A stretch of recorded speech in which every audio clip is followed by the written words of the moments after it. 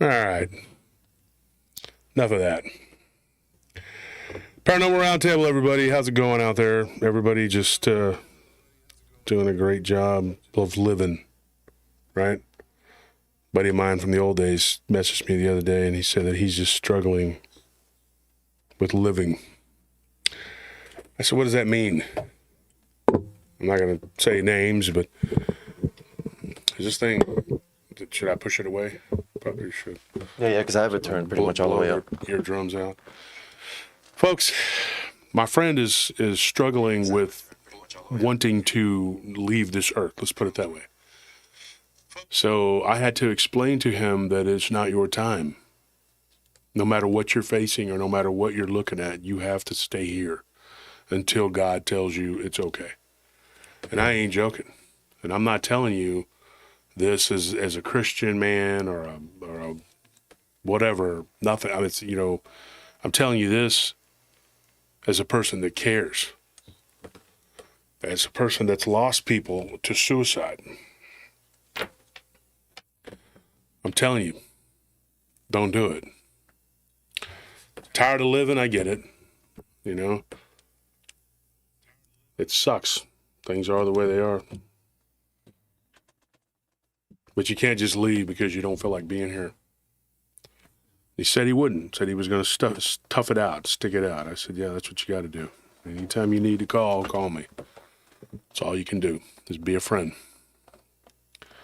Some people make it hard because they don't want to just live in peace. They want to fight, and they want to argue, and they want to mess around, and they want to cause problems, and, still going through it.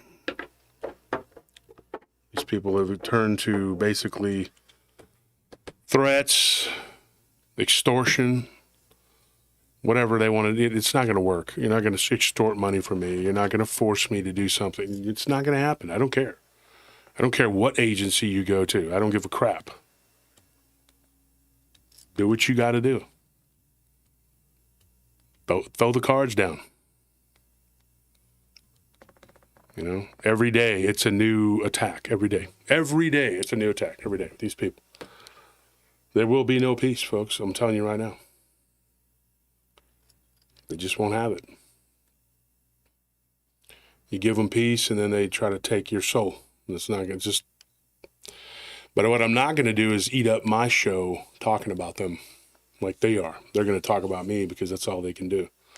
Because I refuse to feed into their negativity. I didn't cause their problems. They did. You caused your own problems. Take your medicine, son. That's what it is. It ain't something I did to you. There was no conspiracy. The only conspiracy was them trying to pin felonies on us. That's the conspiracy. And I'm going to have to prove it now. You want to push me? That's what we're going to have to do. I spent my day-to-day talking to lawyers. It's always a fun day. Dealing with that and government agencies.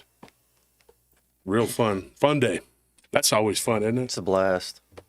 When you got to sit up there and mess with people, and you got to tell people this and tell people that. It's ridiculous. But wish people could just be normal and do right. They can't. Some people can't. They're not right in the head. And so you got to protect yourself. You got to go forward and do what you got to do. Now, I got to go and I got to do what I got to do, folks. I don't want it to affect the show.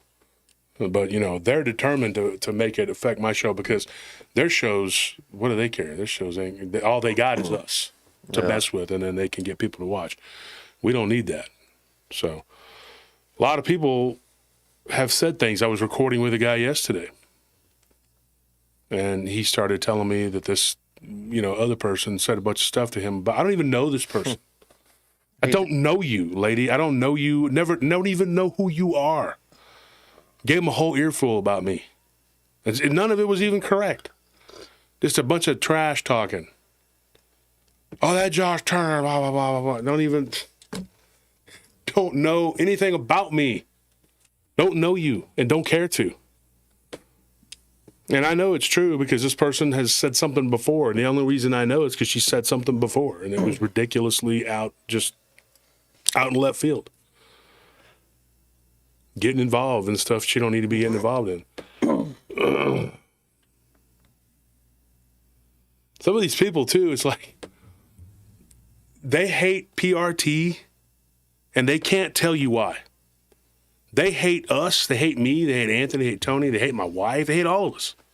And they don't know why.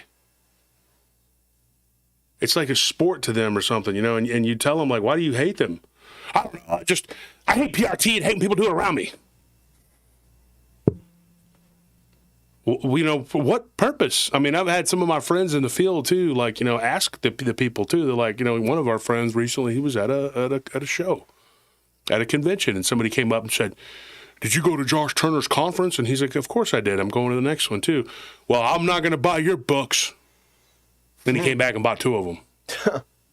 And then, you know, my friend said, "Hey," and I don't want to make him a target, but, you know, he's a pretty well-respected author. And he's like, "Hey, you know, what's your problem with Josh Turner?" "I don't know. I just heard a lot of things about him, and I just don't like him. I'll never go to his conference. I was going to go last year because you guys were there, but I don't like him." And our friend told him, he's like, "Well, I think he's a pretty nice guy. He pays people. He does what he's supposed to do. I mean, you know, what's the problem?" Guy couldn't give him one solid reason why. That's not easily refutable by the 2 guys that were standing. The other guy was in another booth. He wasn't at my last conference, but he's a friend. And he walked up and he started talking to the guy, and he was like, "What? Why Josh? What's your problem with him? He seems like a really good guy. I've been on his show." "Well, y'all just don't know the way he treats the common man." The way I treat the common man is the way I treat a king or a queen. I mean, we are common people, though. We're common folks who's getting real sick and tired of it. Their goal is to push me out, and the only reason that I haven't left really is because of their crap. It's just hardened my resolve to hang in there because I don't need this crap. I don't do it for the money. What money? I don't make money. Hardly at all at this. It was fun at one time, and now it's just these people have just run me ragged into the freaking ground. With all the money that we've poured into the conferences, the giveaways, the equipment, the merchandise, like all that stuff, like we're I promise you, we're upside down financially Big time. on PRT. Big time. About 40 grand upside down. Because this is not a for-profit. This is not a business. This is a show. This is not a for-profit organization. It's just something that we do because y'all like it. You know, we like it. So let's share what we like. It's that simple. And I can tell you this right now. I mean, this last month, we ain't made nothing. I mean, I understand it. I've said it before. People are broke. I mean, you know, last month was Christmas. People got to recover. January's a slow month. It is what it is.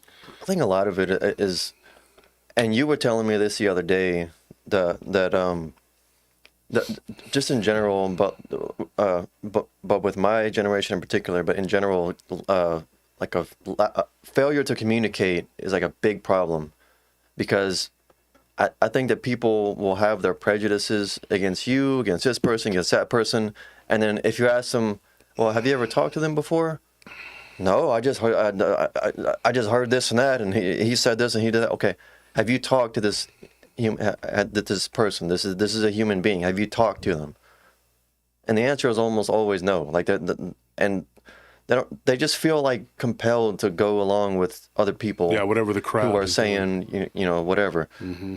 And you know, it's funny because like some of your best friends started out as enemies, as people who weren't your friends. You know, I mean, but Tina is a good example. You know, like y'all weren't very friendly at one point, and now, I mean, Bettina's like, she's just solid one of us. Thank you, Joe Owen. Thank you for that donation. Yeah, I mean, I started out as friends all the way through with Barton. Yeah. I started out as friends with Ken, you know, Lyle, David Weatherly. We all just hit it off real good. But there's been some people in this field I didn't start off as friends with, and we're solid now. We're great friends because they know me now. People encouraged them, "Hey, get to know him. Spend some time with him. Come out here to Texas and you get to know me, and you go out to the farm. We take you to the places that we go to, and you see how we are with the people we interact with in our daily lives. Bettina, Maddie, Chris Clough, Barton Nunley and Letitia Nunley, those people that came out here to spend time with us, or Ken Gerhard and Ann Celine. We introduced them to our people that we live around, the people that we deal with on a daily basis. Those people can attest to my integrity, to Anthony's integrity, to my wife's integrity. We're not these underhanded, sneaky conspirators that these people want to make you believe. That is not who we are. What we believe in, what right is right and wrong is wrong. If you did something wrong, then boy, that's your bed, you lie in it. Don't try to pass it off on someone else as someone else's problem because you did something. I don't know what you did or what you didn't do, any of y'all out there who are pissed off. But you better suck it up and deal with it, boy. That ain't my problem. Stop trying to make the whole community pay for your sins. And I'm not talking about just one person. I'm talking about a handful of people who just will not stop. To hell with you, or jail with you, or whatever the hell you got. That's your problem. Stop trying to bring it on to everybody else. I never set out to destroy anybody. All I wanted to do was defend what was ours. And all y'all wanted to do was take it. Because you didn't want to work for it, because you're lazy and none of you work for a living. I run 2 businesses. We all work. When we leave here, I got to go do a fire watch. I work. You understand that? Why don't you try working? Instead of whining, pissing, and moaning, and trying to steal what's not yours. Trying to extort people. Because that's what y'all are doing. I don't owe you a damn thing. I don't owe anybody in this world anything. And God doesn't owe me anything. He put breath in my lungs, and I'm thankful for it. Another day of life, and you're happy. Yeah. Some people ain't happy unless others are miserable, and they think it's a game. It's not a game. But they're going to learn. They're going to learn. Because now I'm about to step it up another notch. Because you wanted it. Well, now you got it. Have fun. I didn't spend all day talking to people about legal matters for my health. That's for damn sure. This is ridiculous. You don't want to leave me alone? You don't want to stop badgering me? They have mistaken my kindness for weakness and my silence for guilt. It's not going to happen anymore. Now, I know what I can say and what I can't say. And there's some things I can't say right now. But it's going to come out. You watch. You watch. Watch what happens. Watch how the cards fall. I ain't the guilty person here. All right? And all these buffoons that are believing this nonsense, you keep on going. And you want to get yourself caught up in that combine and reap the bitter harvest? Go ahead. Keep tap dancing, dummies. Linda, in your dreams, thank you for the donation. We appreciate it. Sick and tired of it, dude. I come up here and I get berated, get attacked. The other guy in the freaking UK won't stop. He's made a fake account of me, folks, which YouTube will not take down. Don't know why. It is not me, and he's using it to go around and let me get the account. You pull it up. What does it look like? Yeah, I think I can pull it up. This is so damn ridiculous that I got to show you all this. But yeah, he's using Wolf's name and Wolf's picture on this YouTube account. Thank you, Liberty, for that donation.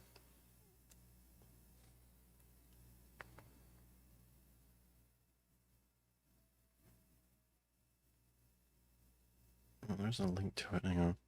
I wanted to tell a story before the guest came on, but I had to get this out. There it is. Got to meet with a lawyer again on Monday. So, yeah, I'm going to show them on the camera. Yeah, go ahead and show them. So, that's the account right there, if y'all can see that. It's called the Paranormal Roundtable Josh. And I hope the chat's not in the way, but that's it right there. And see, it's got his picture, his name, and our show name, and he's using this account to go around and just make comments that are inappropriate and mess with people, so that they think, oh, this is Josh Turner saying this and that, and it's not. Yeah, I'm already getting attacked because he's going around doing, and these people won't stop. You got the psychologist, I'm not going to say her name because I was advised not to. Anus. It rhymes with anus. I'd like to say something. Yeah, notice how you don't see fake accounts of any of these people going around because, we don't have to do that. Nobody cares about them enough to. Yeah. We don't need to resort to deception to do whatever. And Cleghorn, if it's the last thing I do, I'm going to expose you. I'm going to find out who you really are. We're going to get you. Cleghorn's, what's his name? What is it? Chickens Cleghorn. Who I think is a mouthpiece for AI. You're a mouthpiece for them. I know you are. You think I'm joking. You think I'm kidding. All right? I know what's going on. You're not gonna win this. I'm telling you. It's not gonna happen. You can't go around and just say and do whatever you feel like it and think it's okay. You better be able to back it up. All the allegations you're throwing around. Yeah, there's a lot of allegations about y'all too. Go ahead, keep it up. All you little people. Don't come to me and say you want peace when you're not wanting peace. That's not the case. You don't want peace. This is not peace. And Annis, what you did, you said, I promise you this peace won't last a month. Well, you got your wish because that's what you wanted, wasn't it? And that's what you did. And you kept on and you kept on. I don't want to be a part of a dysfunctional family feud. Drug me into it. I don't want to be in it. Shade Viking, exactly. I got no respect for somebody who hides their identity. If you got to hide your face and your identity, what are you hiding for? How can you trust someone like that?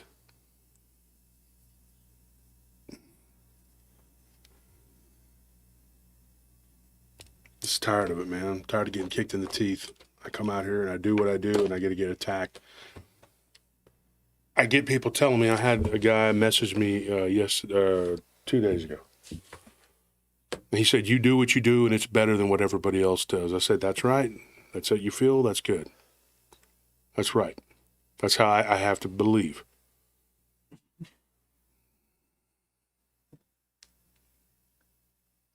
But then I have to pay the price. I have to get attacked by people who are jealous, who want nothing more than to see me fall. Because they can't stand the fact that we're on top. They just they won't abide by it. They do not like it. And they've been at me for a long time. And some of the people who follow this other guy up there in Missouri, the fiction writer, you know who you are. Yeah. Yep. They keep it up. Coming at me because of him and the remote viewer. I tried to make peace with her. No, she didn't want it. She wanted to bide her time and wait like a spider until she could come back. People like feeling like that anger and misery. I never should have apologized, really and truly. Most of it was her. Most of it was you, what you and your friends did. You were involved in the initial onslaught that I had to face before my conference. These people went around and they told everybody that they could not to go to my conference. Do you think that that's correct? For what? Boots on the ground? They think I'm stupid, like I didn't know what you were doing. And then Potato Head makes up some lame excuse because he knew he was involved in it. Your shows need to do better. That's all I can tell you. If you can't get stories, then learn to talk to people. Maybe you're in the wrong field. If by their own admission, they have a hard time if you can't get people's stories, then you're in the wrong field. Sure. Go do something else. Go work at Wendy's. I mean, you're older now. Maybe you can be smart enough to manage one. I don't know how it works. Go do it. Go get another job or whatever it is, because obviously they look at this as a business, as a job, and they can't wait to try to make it big. You ain't going to make it big, okay? Newsflash, you suck. Your shows suck. I've tried to sit there and choke them down. It is impossible. Even when we were friends and I tried to be your friend, I couldn't watch them. They were terrible. Tried to be nice. Well, I'm not nice now. The kid gloves are off. I don't give a crap. All People right? love to go in the fields that they're not qualified to go into. And then be mad. Yeah. I mean, this is like the getting stories is like the basic part Oh, of the job.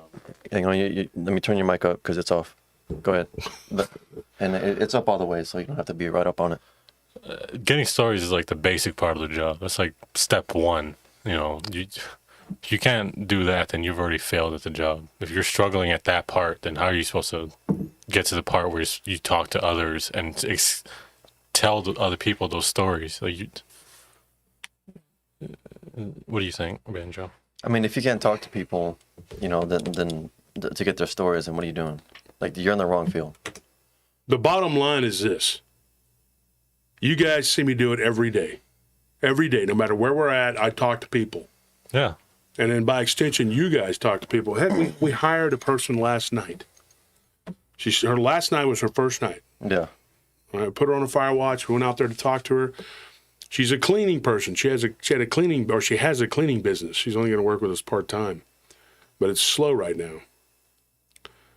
And she began to tell us a horrific story last night, which is going to go on the show eventually, about her cleaning a building that was the Mason building right on the street. And it was scary. I mean, you know, some of the things she was saying were scary. The first thing I did when I sat down and we finished talking about, you know, the entry level, the pay and how you got to do what you got to do and all that, first thing we did was I asked her, I said, so having a cleaning business, I've heard cleaning people before say that they've had weird things happen. And her and Stefan had already started talking, and he was like, oh, tell them about, you know, and sure enough, you got another story. Here's a weird thing. I got an email from somebody. The first one came in on Thursday. Then I got follow-ups. I don't know if I should say the person's name. What they saw, though, was an Egyptian-style, Anubis-looking Dogman. Now, what's interesting is, and Anthony can attest to this, 2 days before that, we got a story of someone who was accosted for like a couple months in a house he moved into by an Egyptian-style looking Dogman type being. Now, I think I told the story of the guy that moved into the house in Landover, Maryland. I don't know, did we go into detail about that or not, or was that done for a Tuesday? I think it was on a Tuesday episode. Okay, because I think but what happened essentially to that guy, it was the same thing. Like something happened and he had this, but it didn't go up on his hind legs from what I remember the story. It was a four-legged shadow dog-looking thing. And it came at him. Well, a couple days later, I get a woman named Angela reaching out to me, and I'm going to record with her. And sure enough, same thing. One of the parts to her haunting, which we're going to record with her tomorrow, she had something come at her that looked like a shadowy dog, and she's from Maryland, 40 minutes away. 2 days apart, these people, or what? No, that was three days apart, right? Yeah. This one was 2 days apart. And you're like, what's going on here? Then I had another guy. Name was not Brent. Started with a B. Brooks. A guy. His name was Brooks. Brooks gets in touch with me. I thought it was a female at first, and I was like talking, and I thought, man, this is scary. This is a woman that lives alone. No offense, Brooks. I should have thought Brooks Robinson from the Orioles, one of my favorite players of all time. There's guys that name Brooks too. And she said, well, I live alone. And it's like, you know, I'm a big guy. I'm like, oh, thank God. It was a dude. Because I thought it was a woman living alone. And I thought, you should probably get a big dog or something, you know. But this guy, Brooks' story was quite terrifying, too. Now, here's what's really weird about that. He sees this. He's rented a farm out here in Texas. Okay. And It's down in South Texas. All I'm going to say right now, because I don't know how much he wants to talk about it. I have permission to use his first name. Then I get a story about 4 or 5 days later before that, 4 or 5 days before that, from a guy named Kevin M., who said, but the only difference was he lived up in North Texas, on the other side of Waxahachie. And he said, man, I lived in this farm, same thing, very similar. Dogman creatures with crawler-type creatures showing up at different intervals. House haunted, all the hell, weird stuff. And then you get these similar stories from 2 different people who've never met each other. And this has happened now 3 times in the last, like, two weeks? Yeah. 2 weeks. You get a story, then another story, you know. I'm sorry for starting the show off kind of angry and aggravated, but I'm just so sick of these people and their attacks. I've been enduring it all week long. I haven't said nothing. I haven't responded. And today I went and talked to my lawyers, and I'm going to have to cough up the money. It's all it is. It's going to have to do it, man. I need to pay them. So it's what it's going to come down to. What we make from PRT is going to have to just go to that. And that's just a real kick in the ass, man. You know, you work and you work and you work just so you can pay lawyers, so you can get people to leave you alone. This is really how I want to live my life, these people.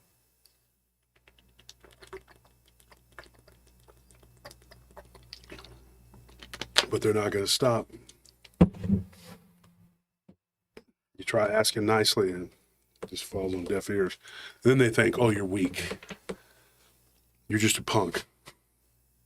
You're going to see how kind of a punk I am. You watch. Everybody wants to air out dirty laundry. Well, guess what?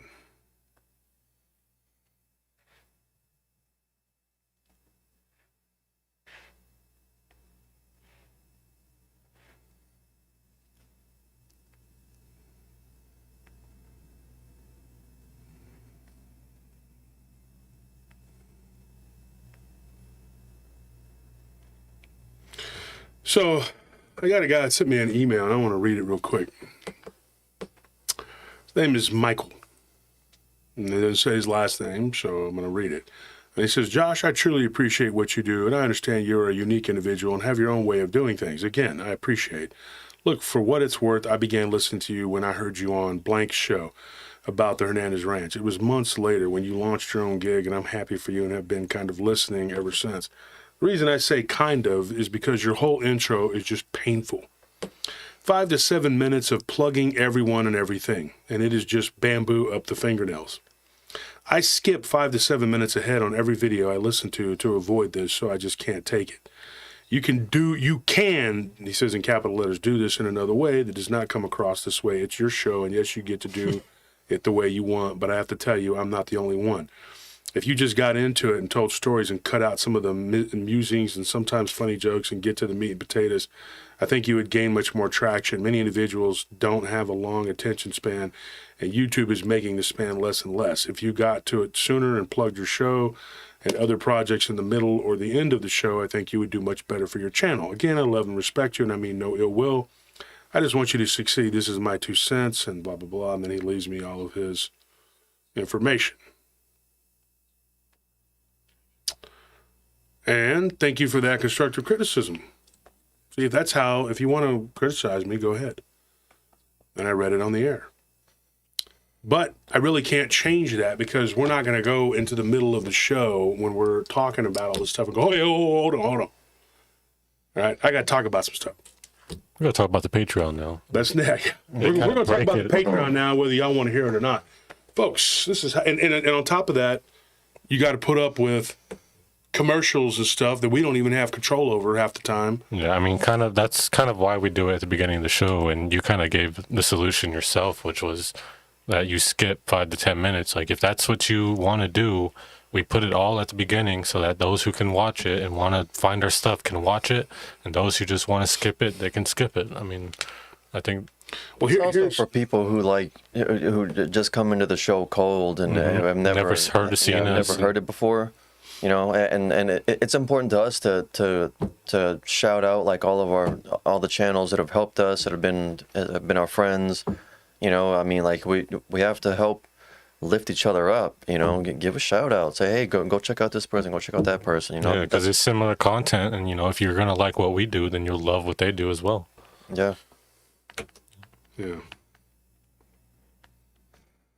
And it's free, so just Yeah, I mean, and the show's free. You're free to donate or not donate. You're free to turn it off. Don't listen.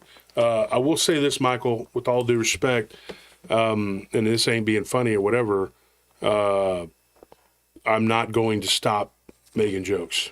I'm not going. That's part of who I am. Yeah, that's. You're asking me to be an AI robot, and a lot of these people, the reason that they do the way they do, is because they read off a teleprompter. yeah. They don't quote things from memory. They don't. And they don't, and some of them are my good friends. I'm not going to bash them. The way they do things is the way they do things. They have very large channels, and they're doing much better than we are. Definitely. There's a lot of things we're going to be changing here this year that are going to take us to another level. I hope, we think it's going to work.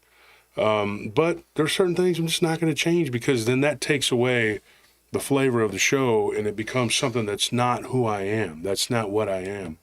I am not a super duper serious person all the time. I just can't be. I can't be, because if I took all these people seriously and all this stuff seriously, you know what's going to happen to me? I'm going to go crazy. Yeah, we don't treat this like a formal presentation. We treat this like you're hanging out with us. We're hanging out with you. Which is what we're The doing. round Yeah, table. and and people say it all the time in the comments. Like I feel like I'm hanging out with friends, talking, having a good time. Someone said, like just now, someone said something like that. Sharon Lane says, "This is the format where people feel like friends. Like that's what we're going for. Yeah.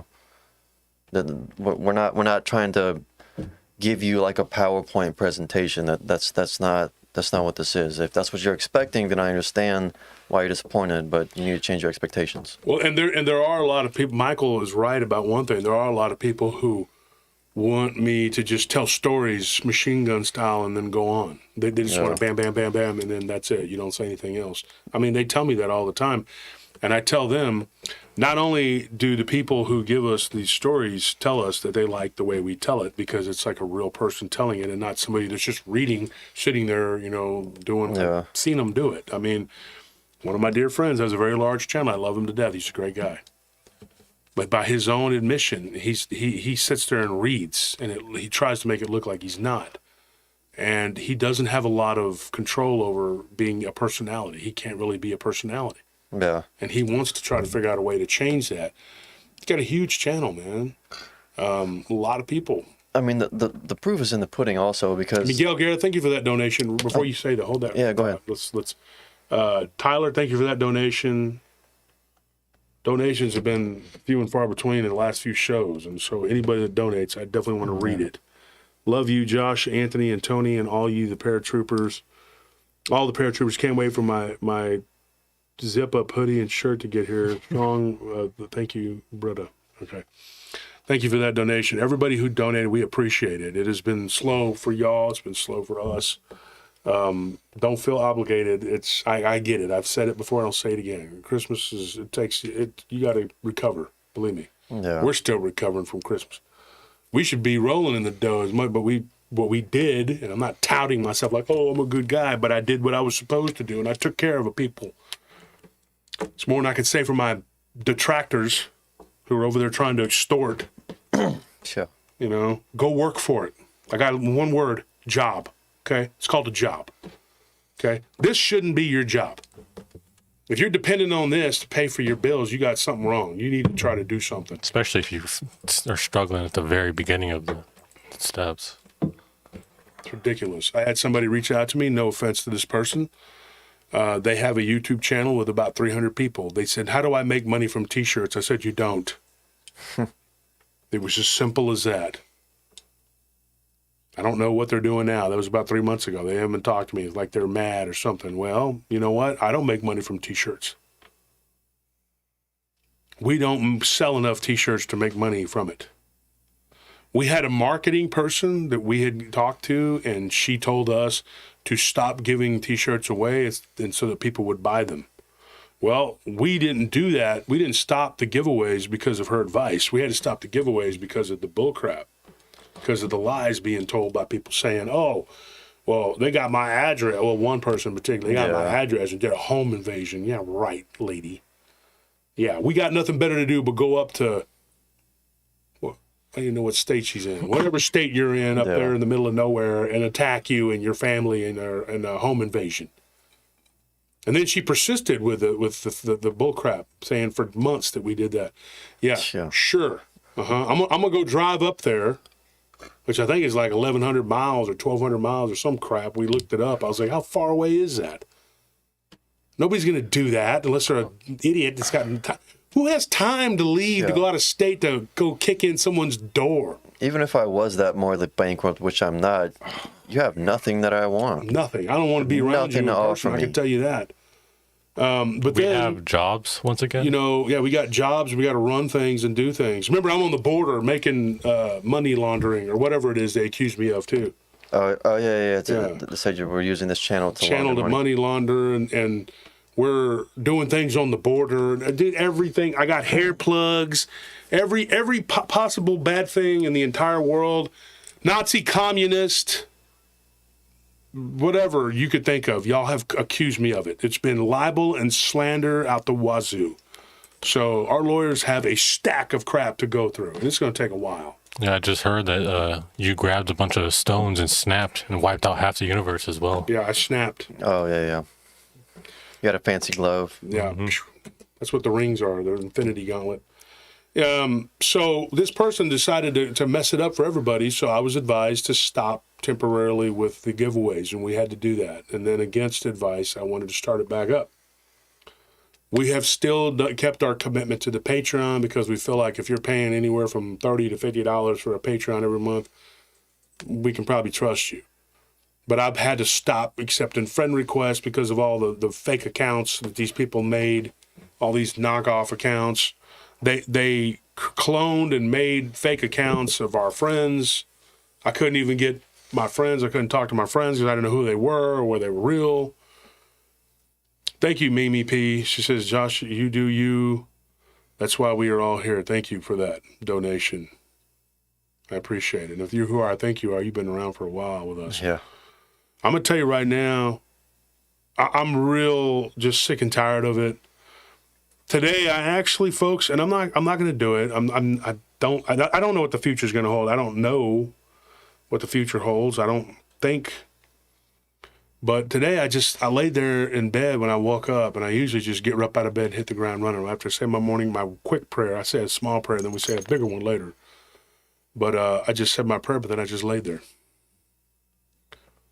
And I had to talk myself into getting out of bed and being a responsible adult, which I've been doing since I was a teenager. I had to live as an adult since I was like 14, 15 years old, something that most people couldn't even fathom. My dad and my mom both used it as an excuse to not have to deal with anything, not have to raise me. Oh, it's going to make you a more productive adult just to do everything and we not have to deal with you. I have to admit, my parents both worshiped money because they were dirt poor and they came from nothing. So when they got it, that was it. That's all they cared about was money. Latchkey kid, saw my parents at night while they were fighting. That was about it.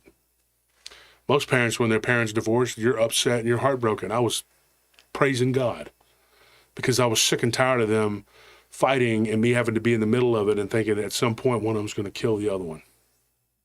And I'm not joking. There were some close calls. Some really close calls. I thought one of them was going to kill the other one.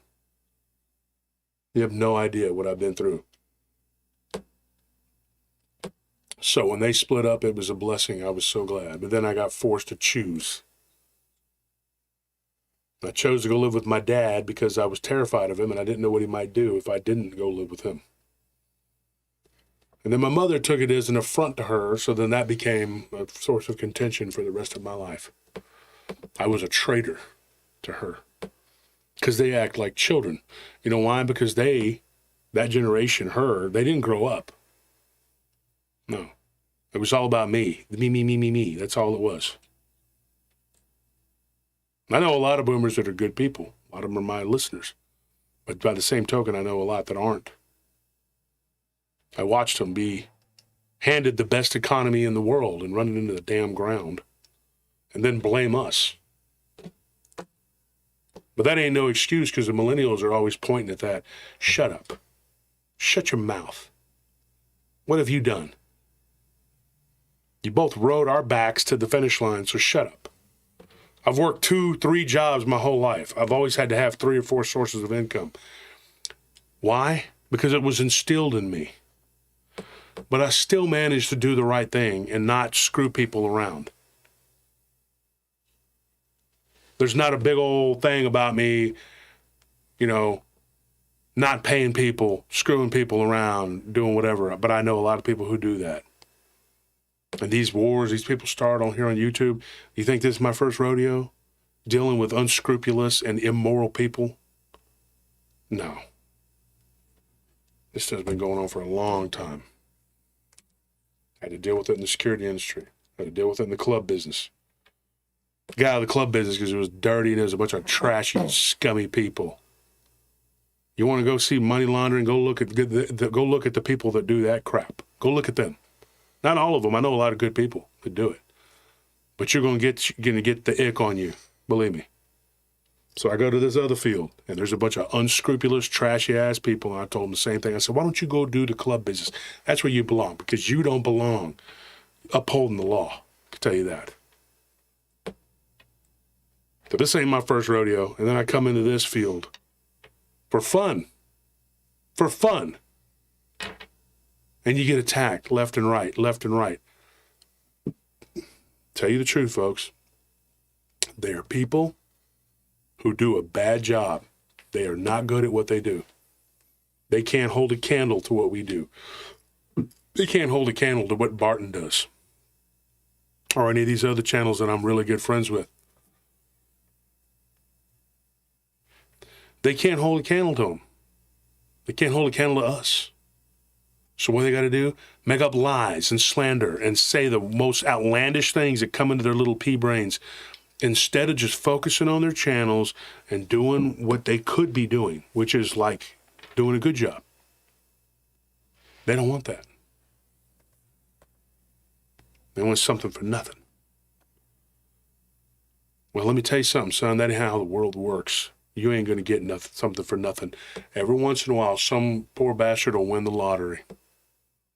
And that brings its own set of challenges, especially if you've never had money. Oh, yeah. People who never had money, they burn through it real fast. Oh, yeah. Let me get a jet ski for the whole neighborhood. Yeah. That's how it works. Then they're broke. And then they say, oh, it was the worst thing that ever could have happened, because it never happens to people who are prepared for it. No. PRT is the hub of a community we all treasure. It's so much more than entertainment. And Amy, I hope we can keep going. We may have to stop temporarily so that I can finish dealing with what was started months ago, because those people won't stop. But if it does, hopefully we'll be back. We'll just keep pushing. Sick and tired of these maniacs, extortionists. Beetle Babe 4 says, I'm sorry you have to deal with this nonsense continually. Josh, Tony, and Anthony, you have the best show on YouTube. Jealousy is a horrible thing. Keep fighting the good fight. The truth. God and your PRT family is on your side. Yeah, I appreciate that. They're over there claiming God's on their side. I don't know what God they're worshiping.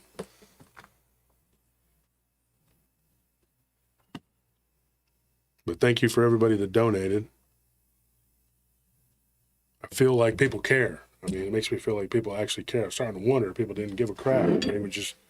I hope that it's just the Christmas hangover. That's all it is. It's not because I'm doing a piss poor job, because if I'm doing a piss poor job, I don't deserve it.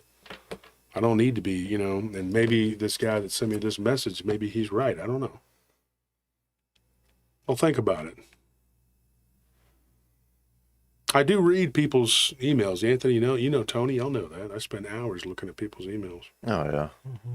I can't read them all. Can't read all of it. But I try to read what I can. He says, I skip 5 to 7 minutes ahead on every video. Well, the problem with that, though, is I do have to plug these people because they're my friends. And I try to do what's right. They take care of me, I take care of them. And I want to help them out, you know. They're good people, most of these people. And the jokes ain't ever going to stop. That's just who I am. He says, many individuals don't have a long attention span. Well, that's not my problem.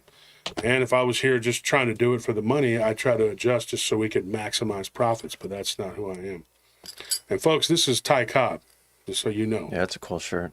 I was looking at it earlier. He's my favorite baseball player of all time. Mickey Mantle's my number 2. Those are my 2 favorites right there. Pete Rose is in the top 5, unfortunately. He's not in the Hall of Fame because he gambled on baseball. I got mixed feelings about that. But we're not here to talk about that. Let's get the ball rolling with our pal.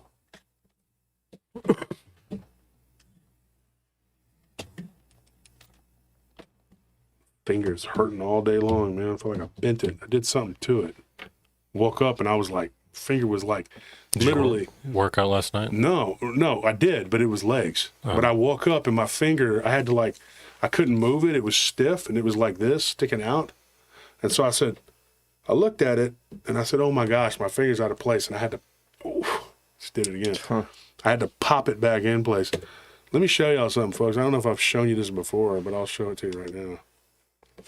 You can take a look at my finger. Let me see. Right there. You do it while you were sleeping? You see how it's turned? I don't know if they can see it.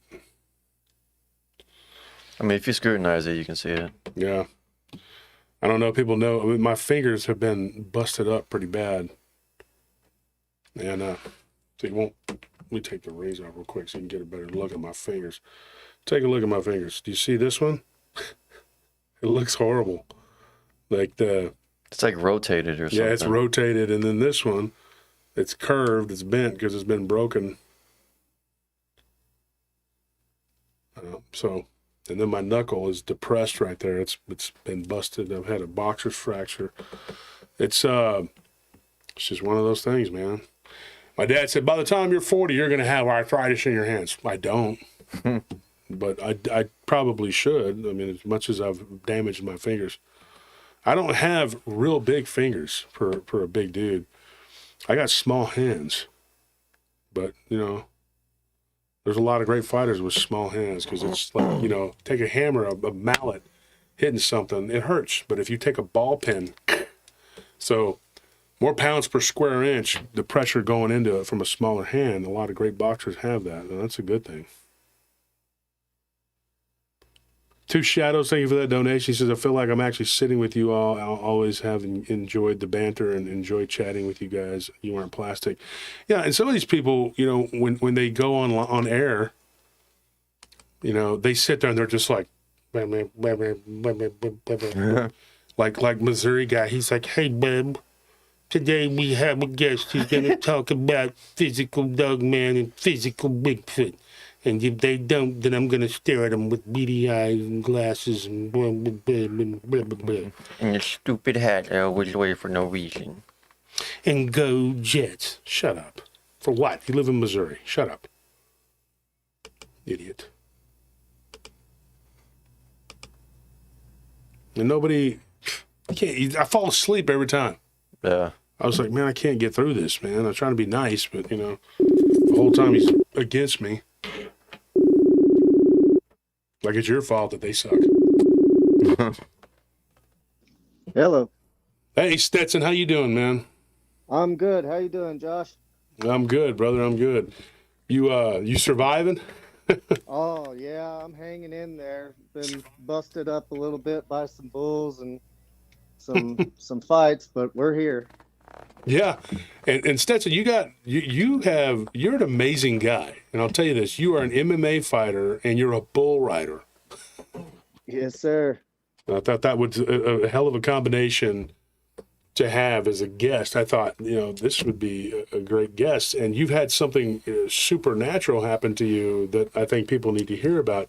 But first, before we get started, folks, this is Stetson Lewis. You want to introduce yourself? Tell people a little bit about yourself? Yeah. My name's Stetson Lewis. I'm 34 years old. Was born in El Paso, Texas, and raised over here in Tularosa, New Mexico, on a ranch that my grandfather bought.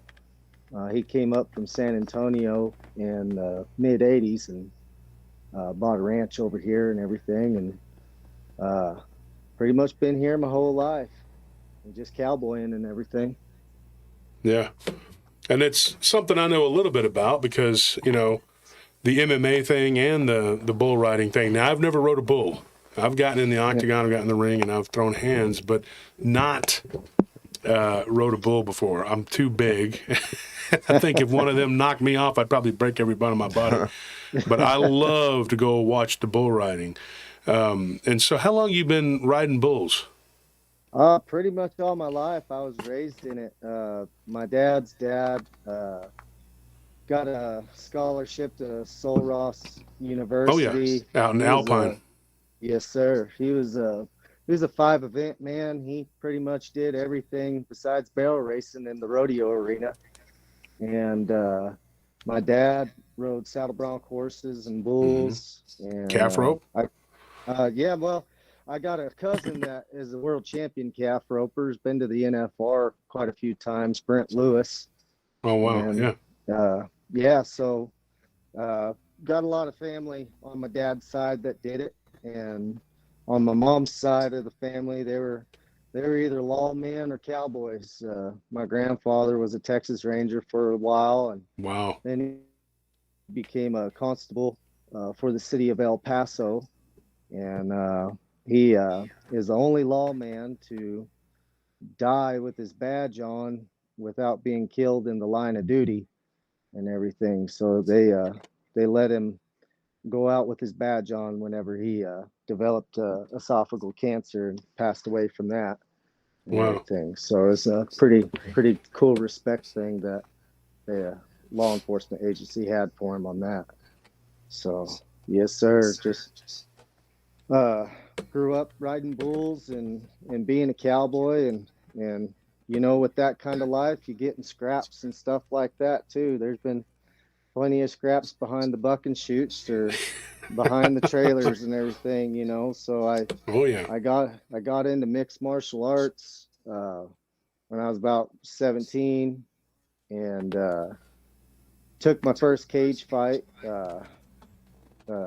in December when I was just turned 18 and everything, and got hooked to it. Really enjoyed it, and it keeps me in good shape for bull riding. Keeps you loose and limber, and pound for pound strong, you know. So the two sports kind of correlate with each other pretty well. I actually got a buddy up in Omak, Washington. He's a professional bull rider, and he's taking the cage fight tomorrow night. He actually just cut down to 145 pounds for his cage fight and everything. I was talking to him on the phone a little bit ago before he called. So it's a gladiator sport, man. Both of them. Both of them are. Yeah, you know, I actually today, I didn't even plan it, but I'm wearing Lane Frost cologne. Oh, nice. Yeah, I just grabbed one. It's like a gray bottle with the red on there, and it smells really nice. And so I just grabbed it and I threw it on.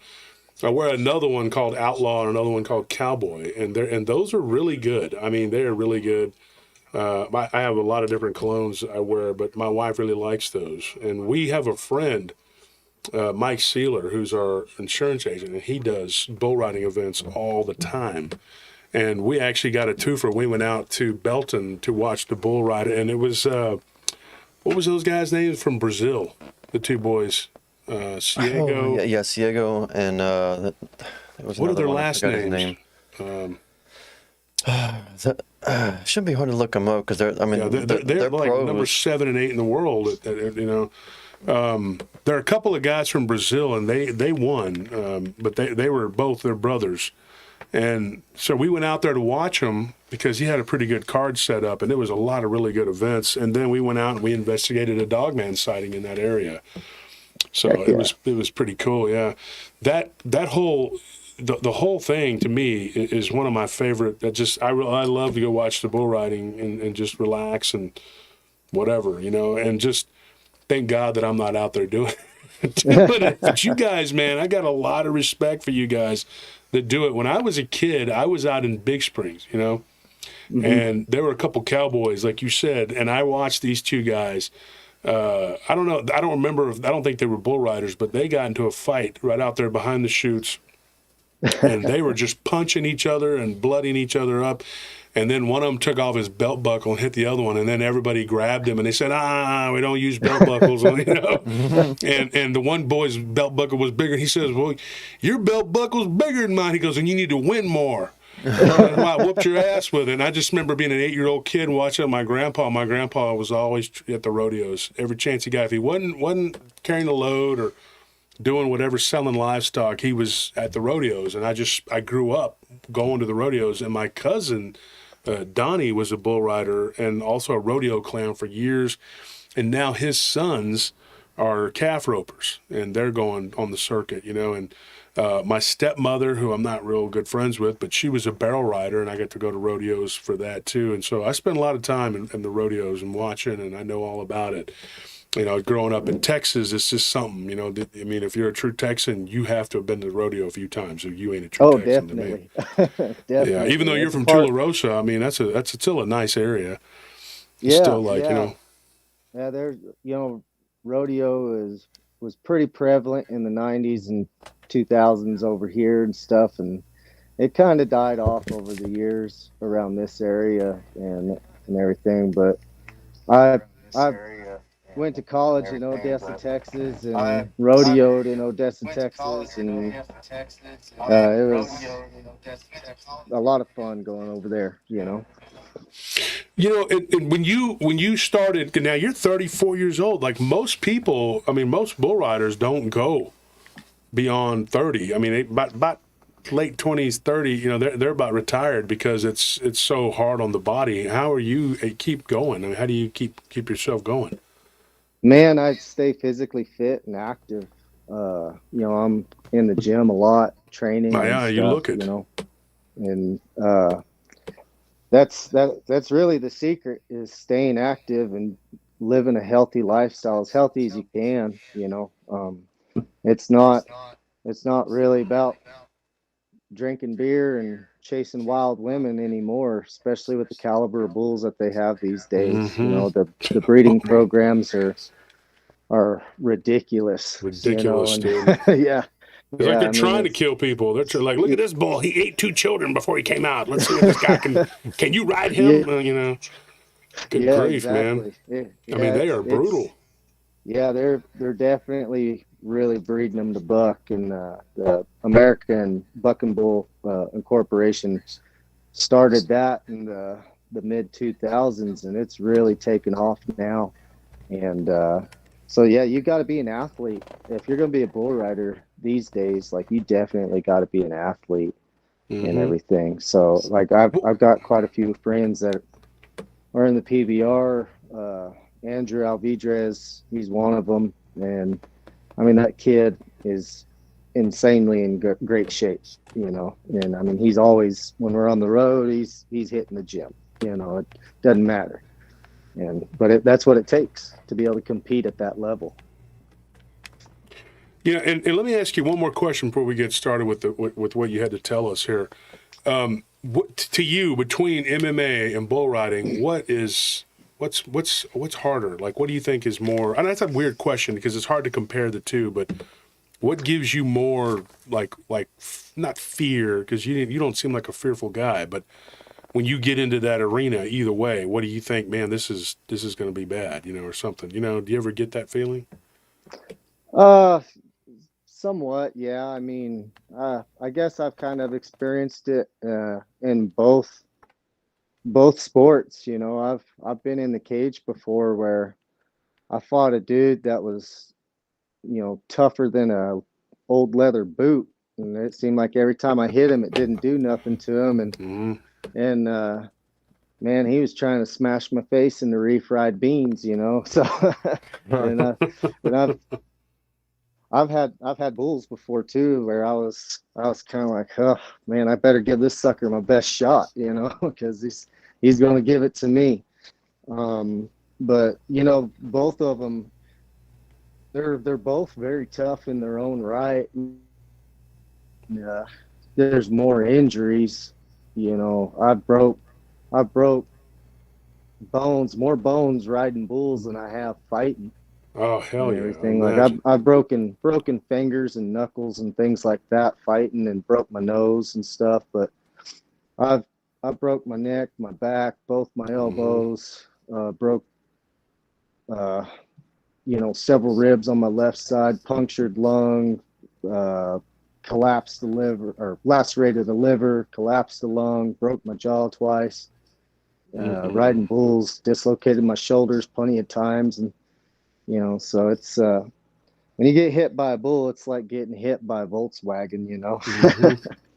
I will say this, and not to brag, but one time when I was 11 years old, my cousin Donnie talked me into, and we had to go up on this. There was this old buckboard that kind of hung up over the fence, and we put it over the fence. We didn't, but when we managed to get, there was one bull. He was kind of docile, all right, Mhm. and so I got on the top of him, and he didn't do anything at first. He just kind of hung out there. He was a young bull, and he had been raised around us, so we were out there every summer, like all year, with this bull, and we were there holidays, and we played with him and everything. So he wasn't real like rambunctious or whatever. So he didn't do anything. So I thought this is easy. I can get on a bull. What is the big deal? And we had come to we had gone to the rodeo, so we thought we were we could ride a bull. So we Yeah. climbed up on a tree, and we decided to jump down on this bull that they called Red Devil. Oh, And I kid you Nice. not. And so within seconds, he had thrown me up into the air, and I hit my head and neck on a tree branch, Uh, and I fell straight down to the ground, and he was still bucking around, and Donnie was hanging underneath him. And he just shook him and flung him, and then Donnie took off running, and he ran out into the pond. There was a pond that was connected to like a creek, and he ran up into that creek, and the bull just kind of stopped and turned, and then I was already back up into the tree. Well, about dusk, it was about 3 in the afternoon, hot as hell in an August afternoon, and about 3 in the evening, my Aunt Carmel, she came out looking for us in the truck, and my other cousin, and they saw me up in the tree because he didn't have me pinned. But I Uh-huh. know if I got down and tried to walk away, he was going to come up and try to do something because he was he was horrible.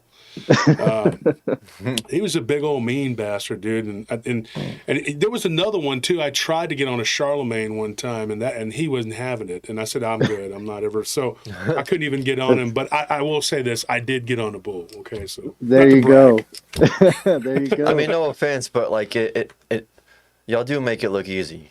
Like, you really do. Oh, dude, when some you- of them, yeah. like when you watch those pros just hanging on there. Dude, now Salgado, that's their name. yeah, oh yeah, Yeah. Salgado. Salgado, Yeah. yeah. But like you watch them and you think, man, I could do that. That looks like fun. But they make it look easy. Oh yeah, They're really good at it. especially when somebody rides and they get the full 8 seconds, and you're Yeah. like, I could do that. Yeah. 8 seconds? That doesn't I seem could go that out there long. and throw a no hitter for Like the I Rangers. can kind of you know? relate to like the fat guy in a wife beater with mustard stains eating nachos, watching UFC, yelling, "Dude, you're a bum! Oh, I could do that. I Why could do didn't you that." armbar him? Yeah, yeah. Yeah. Why didn't you do this? Meanwhile, his like belly's hanging out of his shirt and stuff on a stained couch. You have to experience both of those. Like I feel like that guy when I'm watching bull riding. You have to experience the UFC guy and the bull riding guy telling you how to do your job better. Yeah. I Oh, think the yeah, best. Go ahead, I've Stetson. I've had my fair share of critics, that's for sure. You know, and I've been on Fox Sports and ESPN, and I've competed on some of the biggest stages of rodeo and everything. And I basically had to have my wife run my fan page on Facebook because there were so many people that Yeah. were, you know, hardcore critics or either that or stalkers, you know. And so I just I said, you know what, you take the reins on this for me. They're So- supposed to be having a show coming out with the Austin Gamblers. You know, the professional Yeah. bull riding team. Man, you know Ezekiel. He's a friend of mine. He's on there. And he's a good guy. I met him at Scruggs. You ever ride out at Scruggs out there? And I don't know. That's kind No, of, yeah. I haven't been out there. I know Zeke pretty good.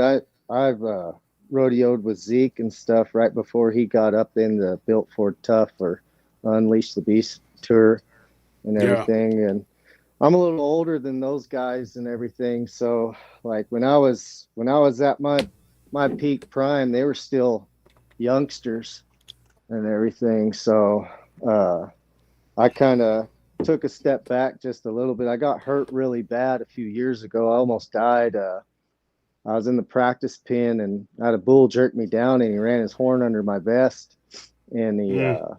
busted my pancreas. But his horn went so far up into my abdomen that it hit my aorta and it caused my aorta to hematoma and it was blocking my large intestine coming out of my stomach. And so they kept me in the intensive care unit for about a week in El Paso, and they let me go. And I came home, I ate a little bit of food and went to bed. And I got up at like 3 o'clock in the morning, just puking my guts out, puking worse than I'd ever puked before. And so my wife rushed me over to the hospital, and that's when they found out that my aorta had hematoma and was blocking my large intestine coming out of my stomach. And so Man. they put me on a liquid diet for like a week, and that wasn't working. So then doctor said, well, he's got to have some kind of protein to keep him alive or he's going to die. So they were having me drink a little bit of Ensure. But anytime I would drink anything, really, I'd just throw it right back up. So the doctor ended up having to put a feeding tube through my stomach and everything. And I had a feeding tube for a couple more weeks. And by the time it was all over, man, like I looked like one of those people that came out of the Nazi concentration camp. I was just like skin and bones and everything, and my mom, she was like, man, you look like you have AIDS. she didn't beat around the bush. I was like, oh gee, thanks, Mom. Yeah, but or cancer, yeah. I yeah. mean, if you're just horrible. So my cousin got his leg ripped open. My cousin Donnie, eventually he ended up playing around with the bulls too much, and he had one that he was trying to corral in. He wasn't even riding at that time, and he got his ephemeral artery was ripped out of his leg, but it didn't tear it. It didn't break it. So it was just exposed, and he was so lucky because it destroyed like the inside of his leg. I mean, it was bad. So bulls are not to be messed with. They're not to be played around with. And in fact, I know you're familiar with my show and what we talk about. I've gotten a couple stories of bulls supposedly killing dogman creatures. So if a bull can do that, I'm not going to stand in front of one and be like, "Come on now," I'm not going to do that. I saw those rodeo clowns. I saw one of them get tossed pretty hard at Bell County Expo. He went maybe 10 feet up in the air, and I said, "Oh my gosh!" I mean, you could die real easy. Man, you get gored. So tell us what happened to you. You had an experience, something happened to you, and you want to tell us about that? Yeah. So this does involve bull riding and stuff. So I was 9 years old, and I was entered up in the Calhoun County Fair in Calhoun, Colorado, and I got stepped on in the neck by a bull, and his dew claw pushed my artery up against the back of my skull. And it didn't lacerate the artery, it like pinched it off. But the thing about your arteries going to your brain is if one of those arteries gets injured like that, it's supposed to kill you like right then and there. And so the ambulance came in there. They picked me up. This guy was packing gauze in my neck, and I was bleeding out. And I remember my mom saying that there's enough blood that it was coming off of the table that I was on in the ambulance, that it was hitting her boot and then like going out the back door. And I was going in and out of shock. And at one point in time during that, I think I ended up dying right there. I felt like I had like left my body, and I could see my mom. I could see this kid. He was like a 19, 20-year-old kid, you know, holding on to my neck. And, it felt like somebody like had their arms like wrapped around my belly, you know, and was like trying to pull me away. And I spun around and like fought my way like basically back to my body, you know, again. And I was snapped out of it. And this guy was like shaking. He was so nervous, you know, trying to deal with me. And my mom, she put her hand on his hand, and she told him, she said, look, if he goes, he goes. It's not your fault. Don't blame yourself. And that calmed that kid down. And then they had to change ambulances with me, like halfway between Calhan, Colorado, and Colorado Springs. And then they took me on to Colorado Springs and took me to the trauma center there. And the doctors there said, this is out of our league. Like, you guys got to get him to Children's Hospital in Denver. So they life flighted me to Children's Hospital in Denver. And my mom, she beat the helicopter there. She's like, Colorado Springs is, you know, like maybe an hour away from Denver at the most. And I mean, she beat the helicopter there. And I mean, she was right up there where those guys were when they were unloading me out of that helicopter. And you said that it was your mom who had to tell the paramedic that if you died, it wasn't his fault. Yeah. God, it's got to be so hard for a mother to say about her son. Oh yeah, man. Like, when she tells a story, it's hard for her not to tear up and everything, you know.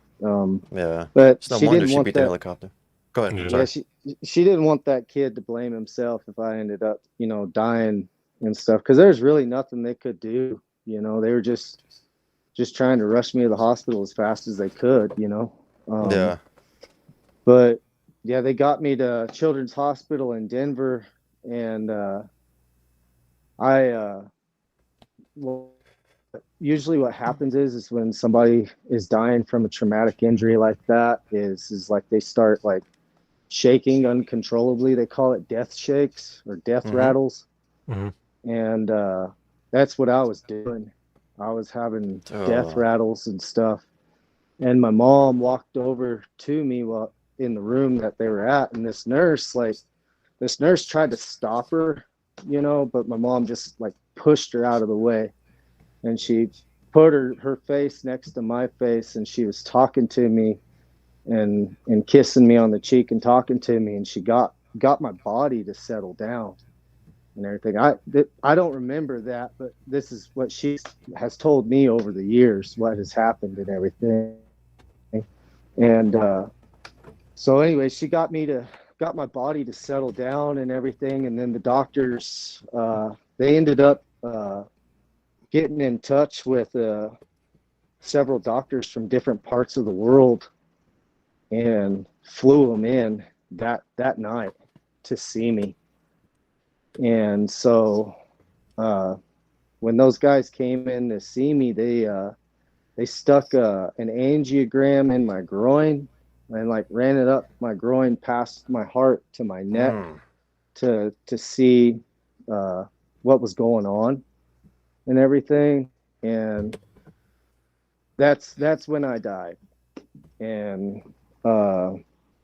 I guess I was clinically dead for 2 or 3 minutes or something like that, and I remember you know being like in a like an in between kind of place, like it like felt like I was in between like the ground and the sky. That's kind of how it felt, but like I was on the ground though, and like there was like a light, I guess, in front of me and everything. And I could feel different presences around me and stuff and everything, but it was like I was stuck in that in between place, and I didn't have like the concept of a 9-year-old child. It was kind of like I had the concept of a grown person, what I am now Mm-hmm. and everything. And yeah, I remember just seeing something, a figure in front of me, you know, that calmed me down because I was real nervous. And it told me, he said, go back. It's not your time, but we'll call on you when the time is right.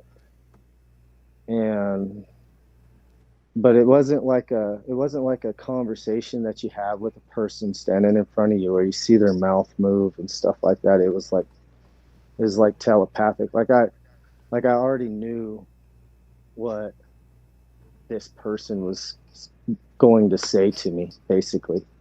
Did it look And like a person, or was it just? yeah, Yeah, it's that's like what I was curious about. it was like shape, like a outline of Uh-huh. like a person and stuff, but like it seemed like it was at a distance, like like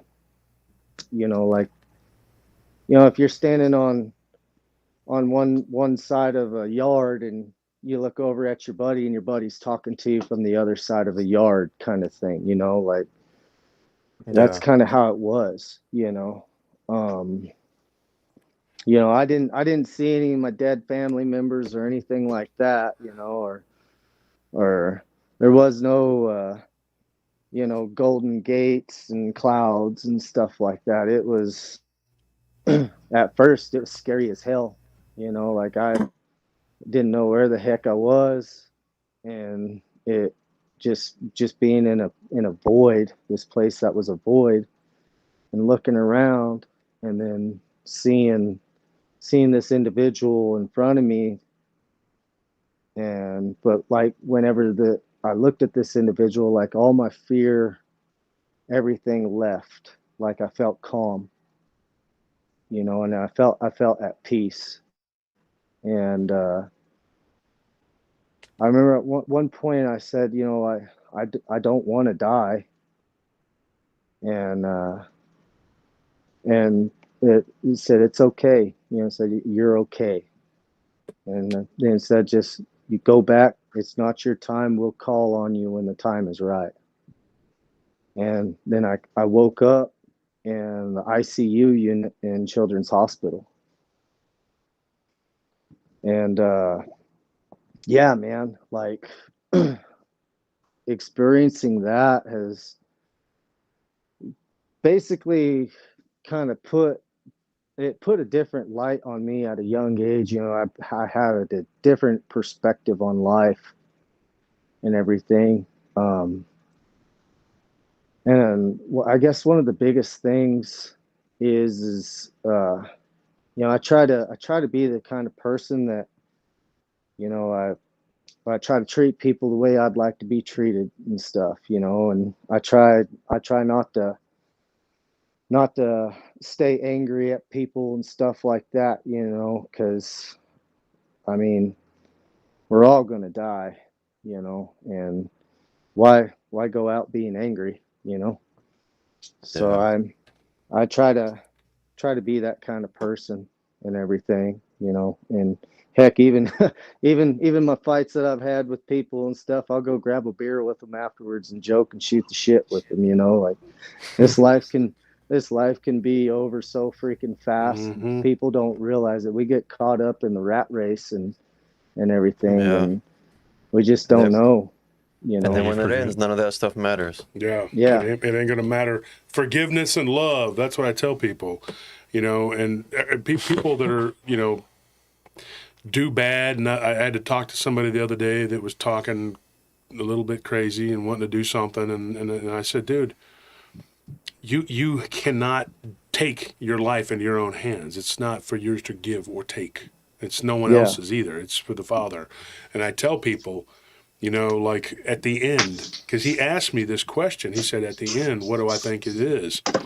And I told him very just, I said, it is love and forgiveness. Jesus says that love covers a multitude of sin, and he meant that. And that is the most important. And what a lot of people do is they're sitting back, judging everybody around them, pointing the finger at everybody around them, and they're not even looking at themselves at all. And yeah, that's a huge, huge mistake. And it's a trap that a lot of us fall into. yeah, And worrying about what everybody else is doing. We need to worry about who we need to forgive and who we need to love. Because even my worst enemies, I used to think, I used to have this saying where people would say, I wouldn't wish that on my worst enemy. And I'm like, yeah, I'm doing it right now. And I would say that, and I look back now and it's like, I would not do that. Yeah, you've had a yeah, lot of conversations with my mom about that, Yeah. about like people in the past who I think you said like sometimes like when you would get real angry, they'll come up in your mind sometimes, and you'll imagine yourself like fist fighting them basically, or like that It ain't happens. no imagining. Probably happened. It probably happened, but also like I mean, like even just like ghosts of the past that seem to haunt you. Like even like your way to handle them was just like I'll just beat them Yeah, up. because there were a few people that didn't get it. Yeah, so like my mom was like, you can't hold on to that like that. You got to let it go, and you're not going to solve anything by just beating them up in your head. Well, when we did that recording with cousin Trey, remember Anthony, you and Trey and Ellie all sat there and lectured me for an hour about how I needed to forgive all these people, and I'm like, some of these people I just couldn't do it. But just from 2 years ago? I think, yeah, I mean, because 3 years ago? I think the conversation was more along the lines of like, you were saying like, should I feel bad for the Because I didn't. yeah, and like my take on it was like, I don't think violence is an inherently bad thing. I don't think anger is an inherently bad thing. But when you enjoy being angry, when you enjoy committing violence, then that's when it becomes like immoral. Yeah, that was my thing though. Is yeah, I wasn't enjoying doing it. I was like, I felt like I was justified in what I did. I never went out and beat the hell out of somebody who didn't ask for it. Yeah. I'm not a starter, I'm a finisher. I don't mess with people. I don't look at people. Working in them bars and clubs, I didn't sit there and scowl at somebody trying to get them to fight me. I didn't want any trouble. Just doing my job. But if 2 or 3 people want to act a fool and do something, then they're all going to get it. And then I felt like it was justified. But you have to go back and you have to look at yourself and evaluate yourself, and you have to forgive. Forgiveness is very important. Even these people talking trash about me, over there, at the end of the day, when we pass in judgment, those people and me are all going to have to stand before God. It don't make a darn what they think or what we think, and we're all going to be judged like kids in class. Yeah. And we're all going to exactly. have to pay for what we've done. Kate Hunter, thank you for that donation. Thank you so much. Thank you That again, was a Kate. big donation. We appreciate that. Always helping us out. Always helping us out. Kate's wonderful. Dennis C., thank you for that donation. Anybody else you might have missed? Just this real quick. But Stetson, let me ask you a very important question. Yeah. When you were in this other place, did you feel like it was like a limbo or like a purgatory, or was it like, what was it to you? I mean, if you had to put your finger on it. I felt like it was like a limbo. I talked to a pastor friend of mine about it, and I've done a lot of research on it and everything over the years. And the one person that really and he found scripture in it. I'm not the best at looking up scripture and everything, but this guy did find scripture in it. And he actually did have a sermon at one point in time that he called it Hades. It's the waiting place. And the one side of the people that are there are in Abraham's bosom, and the other side of the people that are there are in purgatory. And because I was a child at the time, he said, you're in Abraham's bosom, and he said it. I asked him, I was like, well, who do you think I could have talked to? And he said, you probably talked to somebody like Father Abraham or somebody like that, maybe, or you could have been talking to Christ himself. He did tell me the story about the rich man and the poor man, and how the poor man was in purgatory, and he was in torment, but he could see Christ on the other side, and he was begging Christ to just dip his finger in a pool of water and cool his tongue and everything. And Yeah. so this guy, Father Pat, he really broke it down to a science for me and everything. And definitely he's somebody to talk to about scripture and everything. In my opinion, the guy's really, really knowledgeable and stuff. But yeah, it felt like that, like I was in a waiting place and everything. And it definitely has it's left me kind of like part of me is still there.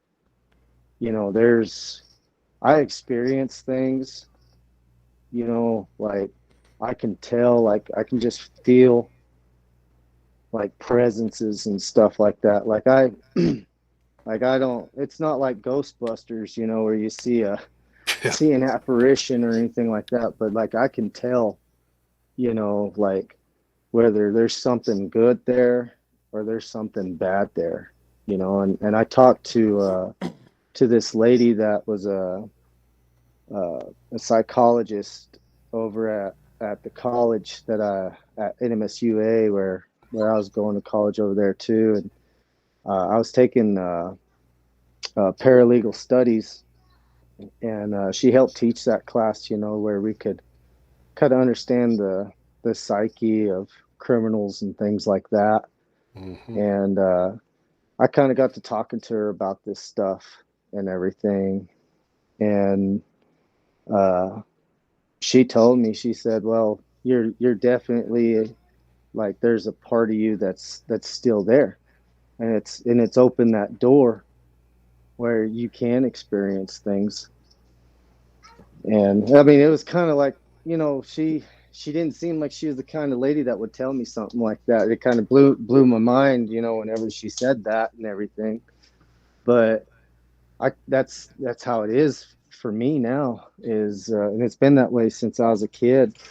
That, when I was out of the hospital, I was laying on the living room couch one night. Me and my brother were, and my dad and my mom were off at a rodeo, and I was dead asleep. And I remember I woke up, and it's like I could kind of see the outline of like a figure, and it was just kind of moving around the house. Like it went into my bedroom, my parents' bedroom, the bathroom. Like it was just kind of looking around, walking and looking around and stuff. And then it just went out the front door and disappeared, Mm-hmm. And I've experienced a lot of stuff like that, especially whenever I'm traveling.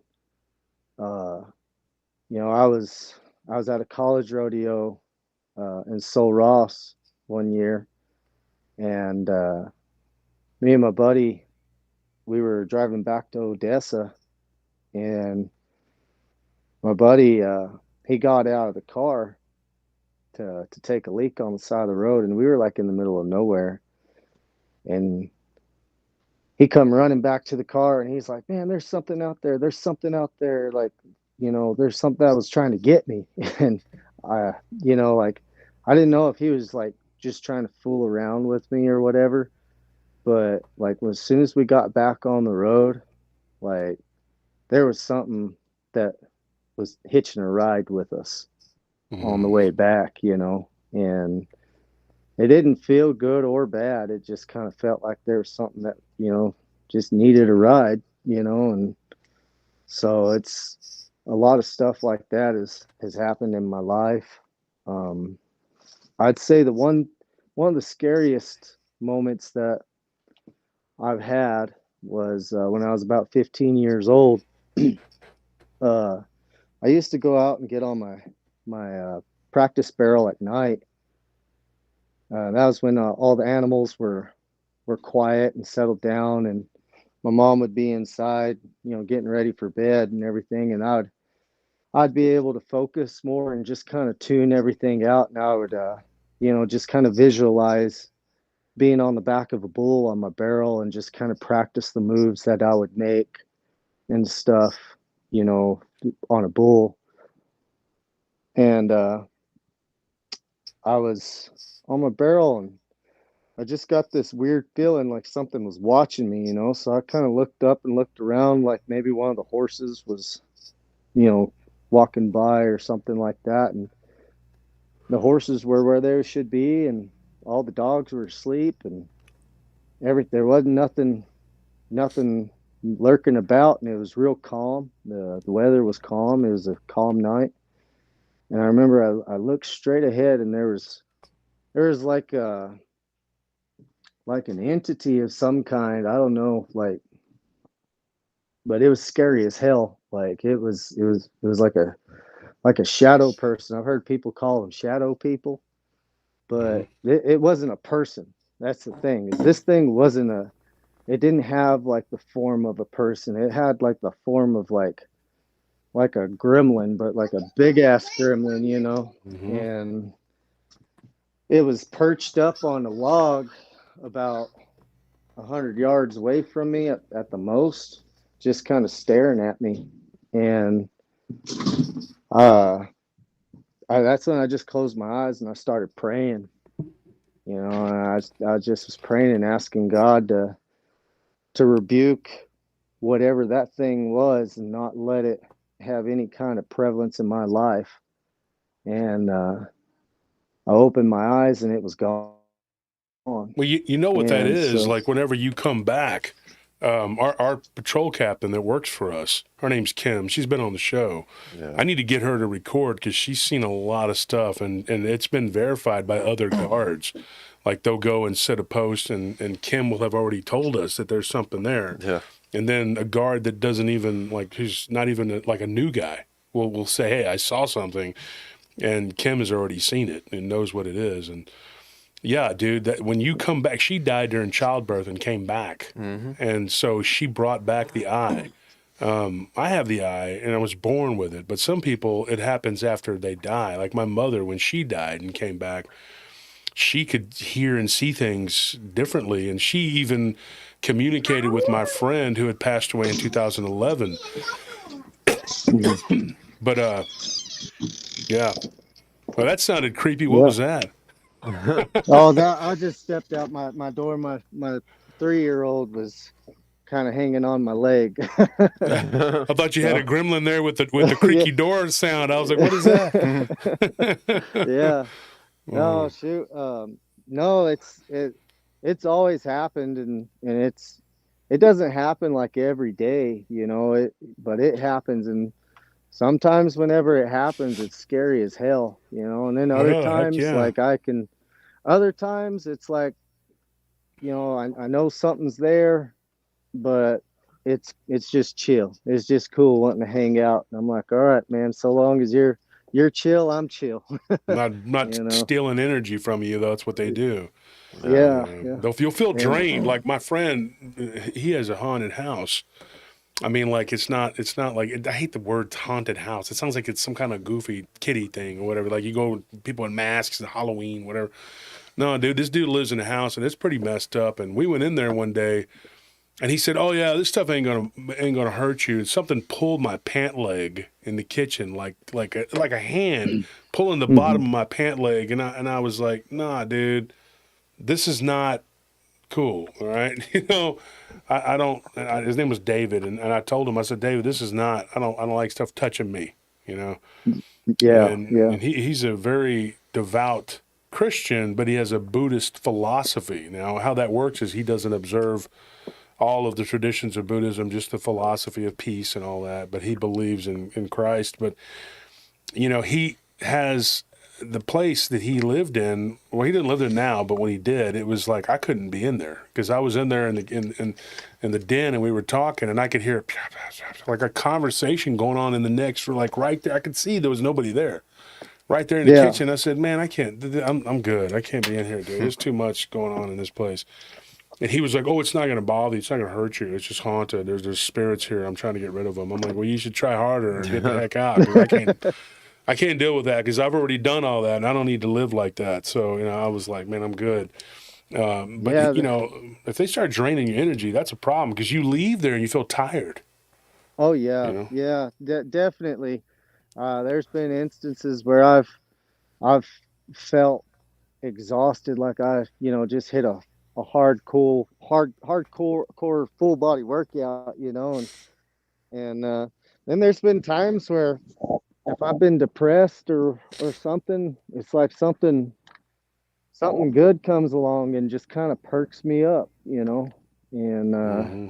and it's kind of like an old buddy or something, and but this thing that was like staring at me across the way from me, whenever I opened my eyes, it was gone. Well, I went back to bed that night. I went to my bed and I laid down. I fell asleep, and it's crazy, man, because I can remember it like it was last night. Like I was dreaming. I was watching one of my buddies ride a bull, and I was cheering him on, and then all of a sudden, like it's like something just took off, like punching my pillow, like right by my face, and it was telling me to shut up, but it is telling me to shut the F up. That's what it said. And I woke up, man, like I woke up and I was on my feet ready to box somebody's ears off, like I was like, what the heck is going on here?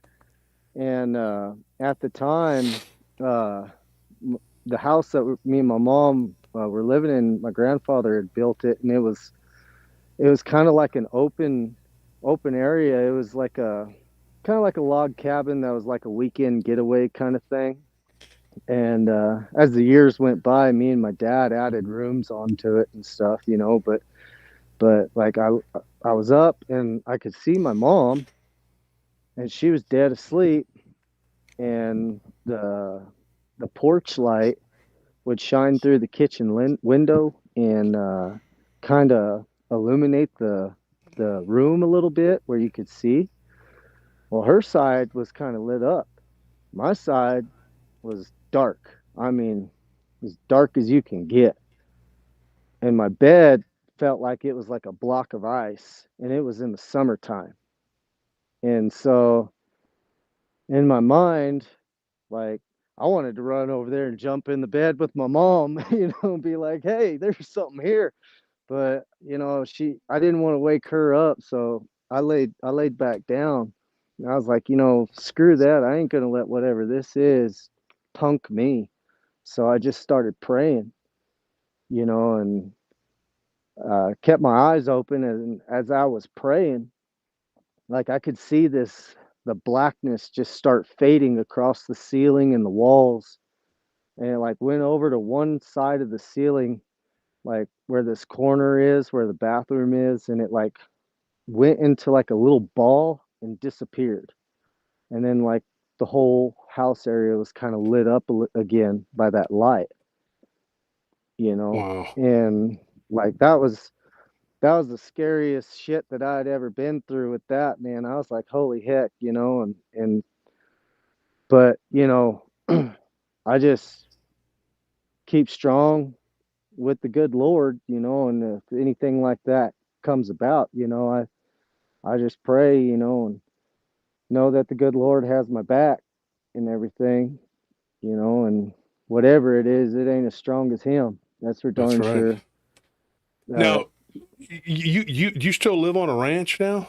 Yes, sir, I still do. I'm actually standing outside by my truck talking to you, looking down at the river right now. Wow. And this is out in Tularosa?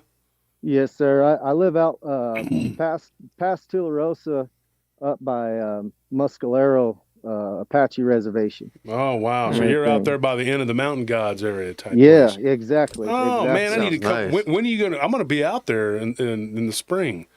Oh heck So yeah, you need to come by and do some yeah, fishing.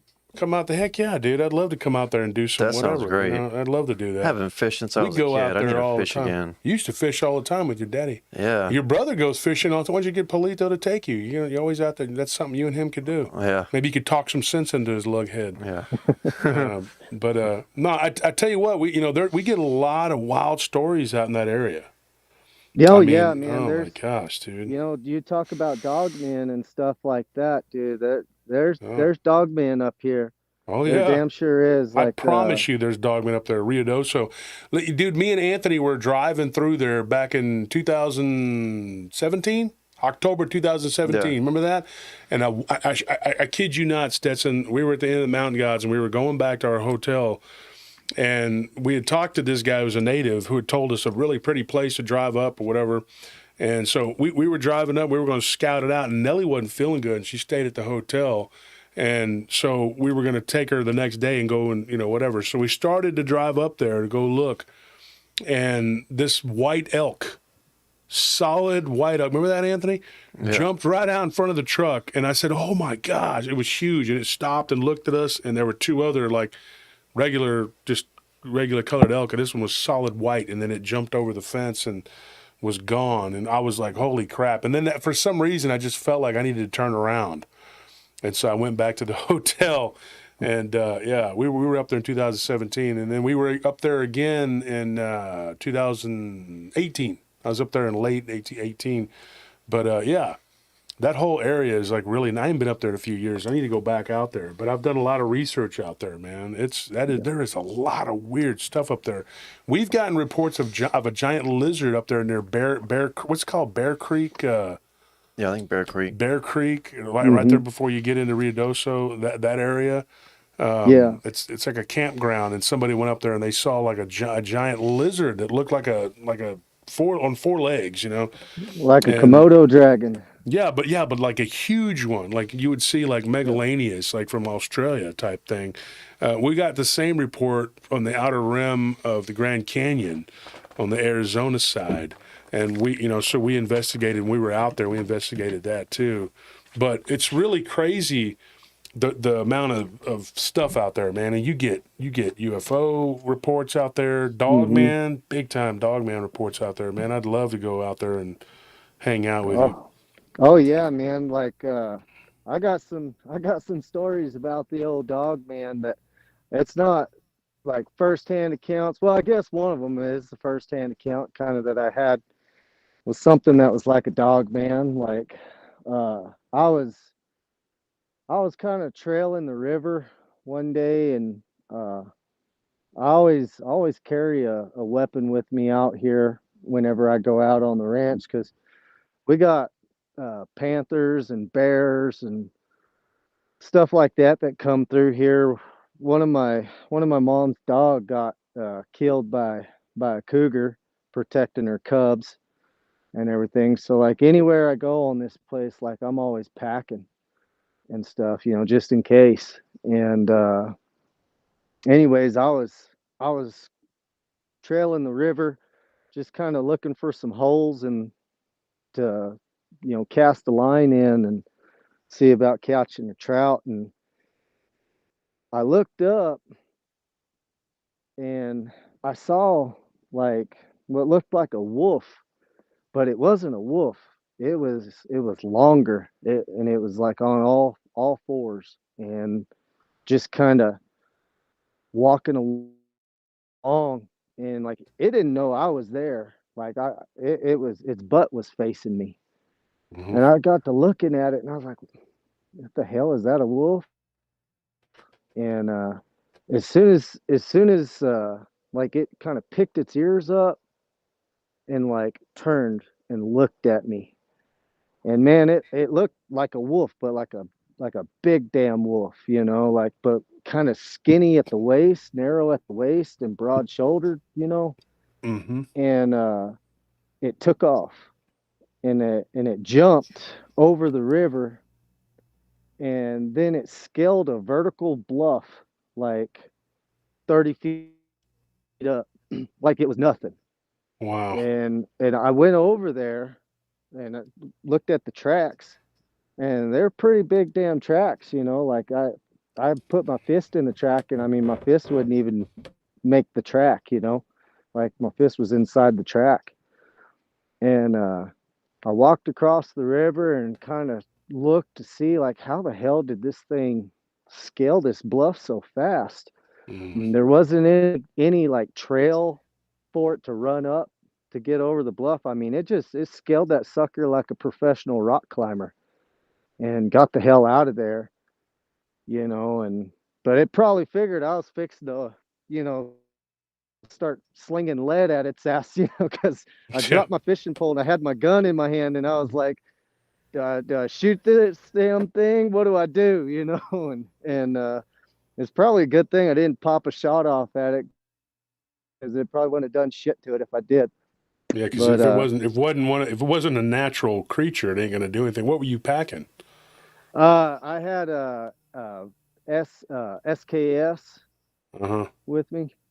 One of those Chinese knockoff versions of an AK-47. Yeah, 7.62 round. It's typically, and you're not gonna do if it's too far away, you're not gonna be too accurate. It's more of a spray gun. But I mean, I can tell you this though. I mean, there have been people who've hit them with 5.65, 7.62, 308, whatever, and it doesn't do nothing but make this weird powder comes off of them. And yeah, I mean, you know, I hear ranchers talk about that all the time. There's a guy up in Wyoming or Montana.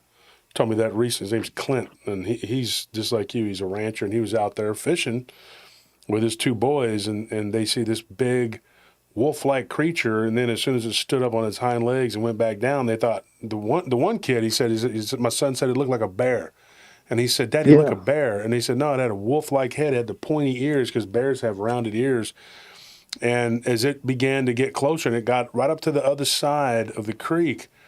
And it was like March, and it was still snow on the ground, but it was starting to thaw a little bit, you know, it was like late March. And he said that this thing, I mean, it was out, it was hungry. And he said, you know, it wasn't a bear because it would have been probably still hibernating, but, you know, he wasn't for sure. And then he said if he had to put his finger on it, it looked like somebody took a bear and a wolf and mixed them together. Yeah. And once it started to cross the creek, he popped a shot off, and it stopped, but then it kept coming.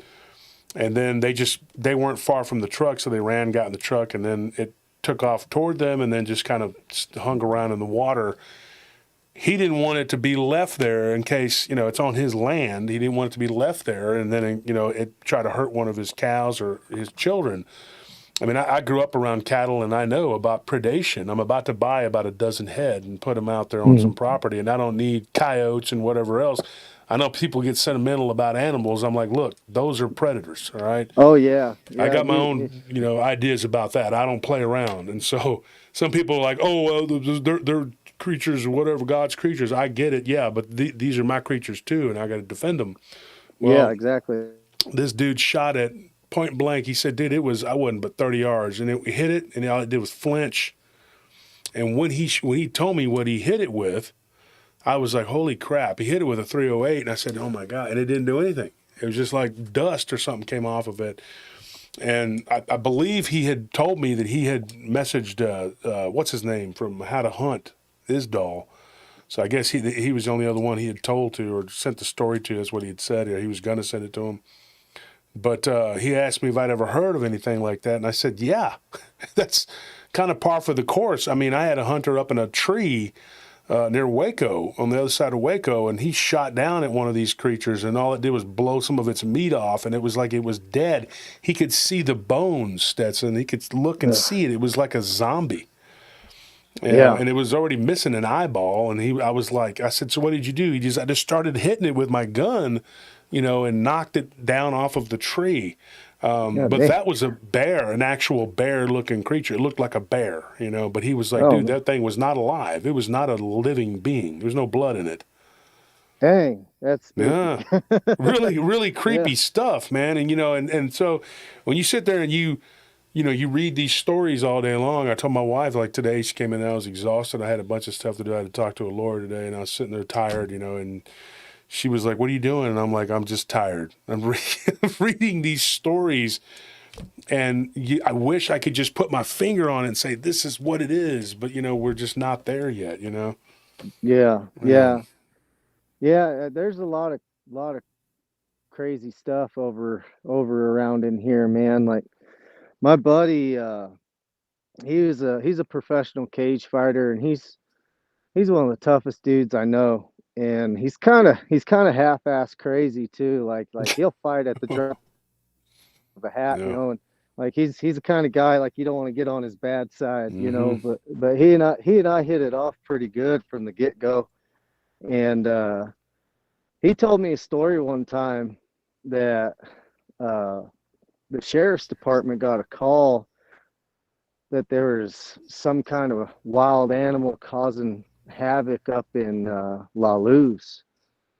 And so this deputy went up in there, and he went to where he was dispatched to, and he didn't see nothing. And he just kind of walked around and didn't see nothing. And he got back in his cruiser, and he started making his way back down the hill. And as he was driving down the hill, he looked off out the window on the driver's side, and he said he saw this thing running alongside his vehicle. And he said it looked like a werewolf, like something you would see out of a Hollywood movie. And he said it was just running alongside my vehicle, just staring at me. And on this road, Mm-mm-mm. going down through La Brecita Canyon back down to La Luz, like it's a very small road, and it's really windy and narrow. Like you gotta be careful when you're driving that road. And he said he got up to about 60 miles an hour, and this thing was just keeping pace with him, looking at him. And eventually it just kind of veered off back out into the brush as he was making his way back into La Luz. And he drove over to my buddy's dad's house and walked in. My buddy's dad was like, "Hey, what's going on? Like, what are you doing here?" He said, "I got to talk to you about what I saw." And he explained everything to him. My buddy Saxon, he said he had never seen a grown man cry until that night. And he said that guy was sitting there sobbing, telling his dad what he had seen. And he quit the sheriff's department because of that, because he didn't want to get a dispatch call to go back up there again. And I didn't believe my buddy Saxon. I didn't believe him one bit. I was like, "Oh, you're full of shit." And so one night we got done training, and he jumped in the car with me, and I got to driving up towards La Luz, and he says, "Where are you going?" I said, "Oh, I got to run over here and do something right quick and everything." He's like, "All right." And we started getting closer to that turnoff where you go up Lava City Canyon. He said, "What are you doing?" And I locked the doors, and I said, "We're going to go visit the Dogman." And he legitimately, like, he curled up in a little ball. And this guy, he's like 6'2", and 200 pounds, and like he's curling up in a ball and begging me not to go up that road, like begging me not to go up that road. So I stopped, and I said, "You're serious, aren't you?" And he said, "Man, I wouldn't lie to you." He's like, "I'm serious." He said, I don't want to go up here." And I said, "Well, why are you so scared? Have you seen it?"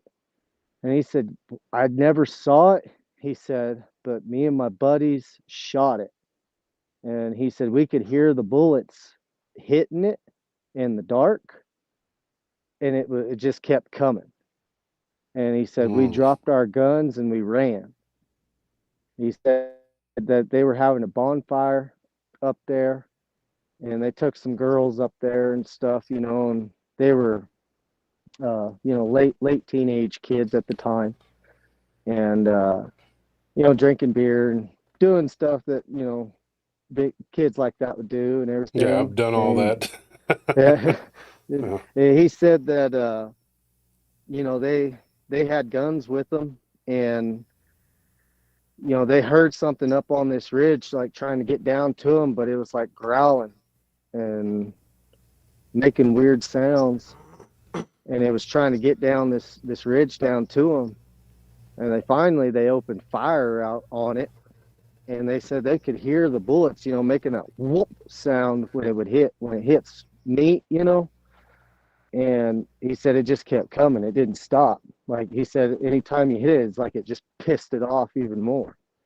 And he said, we just dropped our guns and we ran. And they opened up on it with an AR-15, a judge, a shotgun, you know, and didn't make a dent. So I finally talked him into going up there with me one day. And it was during the day. And we were driving along, and he was telling me, you know, just about that experiences in that part of the area and stuff. And he said, there's this crazy lady that lives at this house at the very end of Lobber City Canyon. And he said she's legitimately crazy, and like she pops up out of nowhere, you know, and he said she always offered us water and stuff. And he told me that a friend of his asked her one day, like, hey, is there a werewolf up here? And she said, oh, you mean the Dogman? He comes and visits me. Mm. And you know, then still I was kind of thinking, oh, he's full of fucking shit, you know, but whatever, I want to check it out and see. So we drove up there, and I seen this lady's house, and I said, I'm gonna ask her. And he says, if you be my guest, I'll be sitting right here in this vehicle. So I get out and I walk up to this lady's house and I knock on the door, and there's nobody home. And so I know this sounds bad, but I kind of looked around, you know, snooped around a little bit, and I seen like this like shack thing that was kind of built into the side of the bluff. And so I was like, man, it kind of looks like something that like a miners would go into back in the 1800s, you know. And so I walked over there to where that was at, and the door was shut, but it had like those old glass windows that like people in the 1800s would have. Mm-hmm. And I kind of peered through there, and man, I shit you not, there was like a jail cell inside there, like with iron chains and stuff like that in there. Mm-hmm. And as soon as like I looked in there, like I started hearing like bushes and stuff rumble up above me. And man, I didn't miss a beat. I just took off. And I come around the end of that house, and my buddy Saxon, he looks up. He gotten out of the vehicle, and he was standing by the driver's side. And I just hear him go, "Oh shit!" And he jumps in the vehicle, and then the bastard starts driving off without me. And I'm yelling Oh, at him. wow. I'm yelling at him. I'm like, "You bastard, stop!" You know, because I could feel something like running behind me, like, you know, just coming right up on me, you know, kind of like that feeling you get when a bull's on your ass, you know, like feet don't fail me now, you know. I've been chased by them, believe me. Yeah, you know that feeling when something big's behind you coming And up you can on feel you. the ground rumble on you too. I mean, Yeah, they're big exactly. enough. Yeah, 2,000 pounds of pissed off bull. And that's kind of how it felt, you know. It was like I had a big ass bull running up behind me, and I finally I made it to the vehicle, and I jumped in, and we tore off out of there. And the whole time he was telling me, you see, I told you. And ever since then, man, like that made a believer out of me, you know. It's like, damn. And there's this lady I know that she's kind of like a Wiccan in a way, Mm-hmm. but she doesn't practice that dark arts or whatever she said, but she kind of confirmed it as well and everything. She said it's a skinwalker. You know, she said I know who he is. She and told me his name and everything, you know, and she said he's one of them Apaches up there, you know, and I was like, well, just so long as he don't come paying me a visit, I'm good. So, Yeah, and the Mescalero, you know, they're very they and the Navajo aren't that far away from one another. And yeah, so I know people always like to correct and say, "Oh, only the Navajo or skinwalkers." Bullcrap. That's not that. Every one of the native traditions has a shapeshifter. Even the Yatki. I mean, like we got a story that was this one was down near Pedras Negras. It was south of Pedras Negras. It was not in the middle of nowhere. And I think what was the name of that place? It was like some weird, goofy old Western name, like Cactus Bluff or something. Yeah.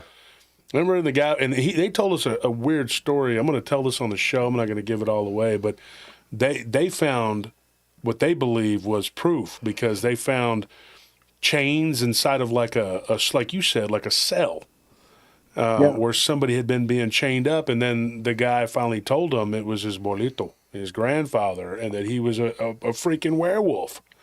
And that they had been chaining him up, and that he was 89 years old, but he looked like he was about 60. You know, Oh, because wow. they don't age the same way. They age, you know, it's not like vampires that don't age, but they do age, but it's slowed. Like their aging is way slower. His grandmother had died, you know, 10 years before, and you know, he was still looking like he was 60, didn't have hardly any gray hair, you know, and so. But you know, you get those stories, and people ask me all the time. They're like, "Do you believe in in werewolves? Do you believe in vampires?" If you'd asked me that 5-6 years ago, I don't know what I would have said.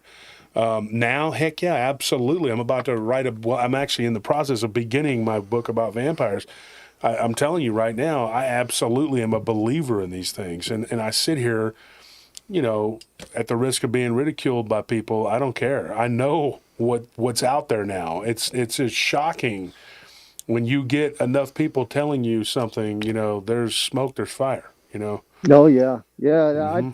I didn't believe in any of that stuff, you know, several years ago. Like I believed in spirits and things like that, but like Dogman or something like that, you know, like I, you know, like I told my buddy, you know, you're full of shit. You didn't see nothing, and there's probably a mountain lion or something you guys are shooting at, and you thought you hit it, you know. But then when I went up there and I kind of did my own little investigation and experienced what I experienced, you know, like that definitely put a different light on things for me and everything, you know. And there's crazy stuff out in the world that, you know, people experience all the time, but it's kind of one of them things. Like if you can't tell just anybody because they'll think you're nuts or you're full of shit.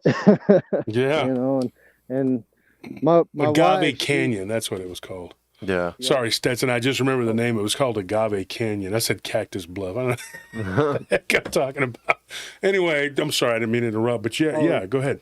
yeah, my wife, she's somewhat kind of believes me and stuff, you know. You know, she thinks that I might be fibbing every now and then when I talk about, you know, like Dogman and things like that. But, you know, I think she partly believes it and stuff because I don't like, I got the same story every time, man. Like, I don't spin it or nothing like that. I mean, it's nothing extravagant, but it is what it is. And so, you know, I think she believes me in a way and everything. She just always tells me, she says, well, you know, like don't spook the kids with those stories. We don't need them, you know, getting scared out here and thinking Sure.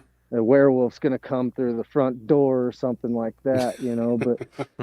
But you know, I don't know, man. Like I've looked at, you know, tales of it. I mean, people have been talking about that stuff for thousands of years. They've got cave paintings of that stuff, you know, or Hmm. the cavemen drew pictures of that shit, you know. And so, you know, and there's a lot of people like people I know that have had experiences with that, and when I experienced it, it dang sure made a believer out of me, and I didn't I didn't take the time to like turn around and look and see like, what it was exactly and what it looked like or anything like that.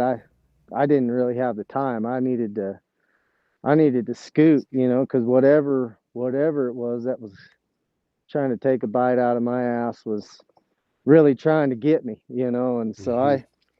I didn't want to take any chances and stuff. But I remember my buddy telling me that he said when I rounded the corner, he kind of saw uh, part of it in the brush coming through, and and he just kept telling me, over and over again, all the way back to Alamogordo, I told you,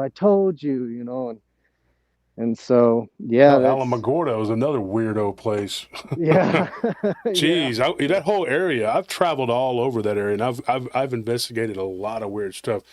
They call it the land of enchantment for a reason. I've been all over New Mexico more than a few occasions, and it is a very lonely place at times, and it is creepy. It is weird, and I've had yeah. some weird encounters with people, man.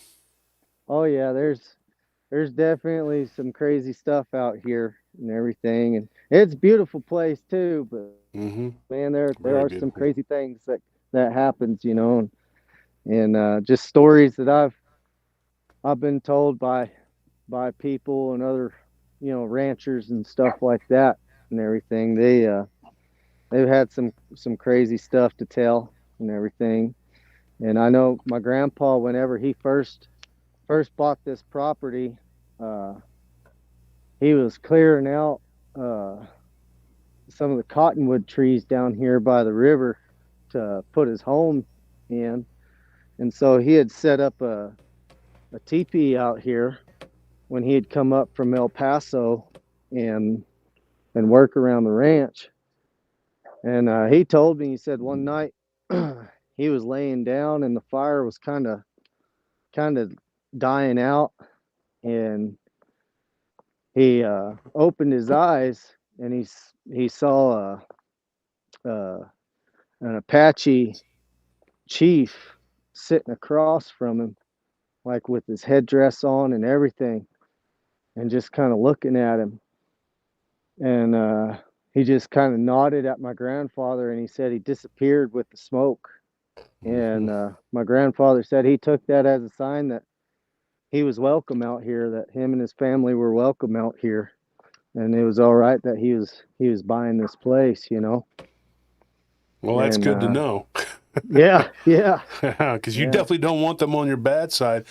I mean, to me, spirits are just as real as people, and people just, I don't, I record with people all the time. I talk to people all the time. And one of the things that I know, I was talking to a guy from Lincoln County. Now, Lincoln County, that's where the Lincoln County War with Billy the Kid and my whole thing, I was kind of investigating. I wanted to go to the county jail where he was incarcerated because supposedly it was haunted. It was closed up at the time, the building, whatever. And I said, I wanted to go there, and I'd heard that there was a place. And this guy was talking to me. This was back in like 2010 or something like that. And I was with my brother and Scorpion and another friend of ours, and we were talking to this guy, and he was telling us some incredible stories. And one of these stories he talked about was a black cat that supposedly in Apache was like, had been being seen since the 1880s. And that people would see this like what looked like an ethereal, like a ghost-like person, and then they hmm would get on all fours and become a black cat that was just flesh and blood and solid as a person. And I thought that was a pretty cool story. He didn't. It was just secondhand, urban legend, but the fact that he believed it, was pretty intense. Just like the law enforcement out there at the LBL when we were out there in Tennessee. Remember, Anthony? They were out there. They came through and were talking to us, and Yeah. they totally believed in the beast of the LBL. They believed wholeheartedly. I mean, it was like, and that's just like you said. These stories, they come from somewhere, and I believe that these are real. Oh I yeah. believe there's something to it. Why do all these people see the same thing? I mean, it's a real thing. David Barnes says in the chat, he says, I have a hard time believing in the skinwalker. The late J.C. Johnson, who spent time out in the Navajo reservations and spent time out in New Mexico and in Arizona, claimed to have seen, and me and David Weatherly were talking about this the other day. We were on the phone talking about this, the author, and J.C. told him that he had seen these Navajo children who were able to actually change their form. It didn't stick. It's kind of like when it snows and it doesn't stay, but you can see Mhm. it for briefly because they practice this. Now, one time I was traveling through Navajo country and I stopped and I got a newspaper. They have a newspaper. It's like a local Yeah. paper, whatever. And I got one and I was just kind of reading it. About 20 years ago, I was traveling through there, and there was this young guy sitting there with his girl, and he was kind of looking over me, kept looking at me, and he goes, "Are you a full-blooded white man?" Like he could tell, like I was mixed. Yeah. I said, "Well, Mhm. no, actually, my mom's Hispanic." I said, and I didn't know if I should tell him or not because sometimes it's not always. I said, "I'm actually part Comanche," and he goes, "Oh." Kind of like that. And I said, well, our war's been over for about 100 years. Let's just. And Yeah. he's like, and then he's like, yeah, not for my granddad. He can't stand the Comanches. And I'm like, yeah, I get that. I said, I understand that. I said, I'm not trying to make a connection with you. I'm not going to sit up here and tell you I'm Cherokee or whatever because I'm not. And I said, and I don't go around pretending to be native. And he's like, you know what? I like you. You're pretty cool. And then he told me, and this was, I was a young guy and I was always doing things I shouldn't have been doing. And he said, we got a ceremony tonight. You should come out and be a part of it. I said, no, I'm passing through and I gotta hit, I gotta hit the next town. I'm good. And then when I was walking off, this other guy walks by me and he goes, yeah, you're smart. He goes, if you're smart, you'd be out of here before it gets dark. He's like, there is no ceremony. This guy just wants you to go so they can, mess with you. And I Yeah. told him, I Yeah. said, yeah, I kind of felt that, I feel the love, and so I just like hit 90 miles an hour down the highway for as far as I could, because I am not one of these people who wants to be caught up in some kind of something that I don't understand. I believe that I had my own encounter with a skinwalker. I've talked about it on the show when I was guarding a Cabela's. And I Mhm. believe that this guy turned into a damn coyote, and I'm not joking. I don't even know which episode that is, but I talked about it. I believe it was on the live stream, and we're in the process now, folks, of retitling, and labeling all the stories and everything from all the live streams. So if anybody has a question, I can just grab it and reference it, and then I can tell you which live stream it is. So I can go back and look because the live streams are 2.5 to 3 hours of information, and so. But Stetson, you got anything else for us, or is that it? Oh shoot, man. You're talking about hanging out with the natives and stuff. Like I got quite a few native buddies up there in Muscalero, and uh, I've been to the rodeo up there and rode bulls and stuff, and uh, I've gone out and hung out and partied with them and everything, and it's kind of one of them things. Like if you're not in with some people up there, like they dang sure will mess with you. Yeah, you're not They don't. supposed to be there. Yeah. Yeah, they don't just invite anybody over there. And so yeah, man. Like I've had a few of them tell me some stuff about you know skinwalkers and things like that running around up here, and it's dang sure made me believe what I've experienced and everything. And I know my oldest brother, he was living over this way doing some work for a neighbor, and he said that one night he was watching TV and the dogs just started acting weird. They weren't like barking or anything. They were like cowering and whimpering. And he said out in the distance, he could hear something howling, but he said it sounded like that howl from an American Werewolf in London. Uh-huh. And he said the dogs just had their tails tucked between their legs and were cowering, and kind of went to where the laundry room was in this house, and whatever it was started walking around outside that house. He ran and he locked all the doors in that house, and there wasn't any firearms in that house, so he grabbed a kitchen knife, and he was in the laundry room with the dogs, just kind of waiting to see if whatever it was going to come through one of the doors or the windows and get him. But he said that it was making all kinds of noise and howling like that werewolf in that movie, outside that house. And the next day he went down to this old man's place where he was working, and he asked that old man, he said, "Hey, did you hear that howling last night?" And that guy said, "Oh, I thought that was the TV in the living room." He said, "I left it on." He said, "But I was too damn tired to go turn it off, so I just went back to sleep." And he said, "You crazy bastard, like didn't lock his doors or nothing like that. Whatever it was, could have just walked through his dang home and got it." I had a lot of country people know? do that, man. My great uncles used to do that crap all the time, man. And there were prowlers back then. They would come walking up and be like, "You got any work?"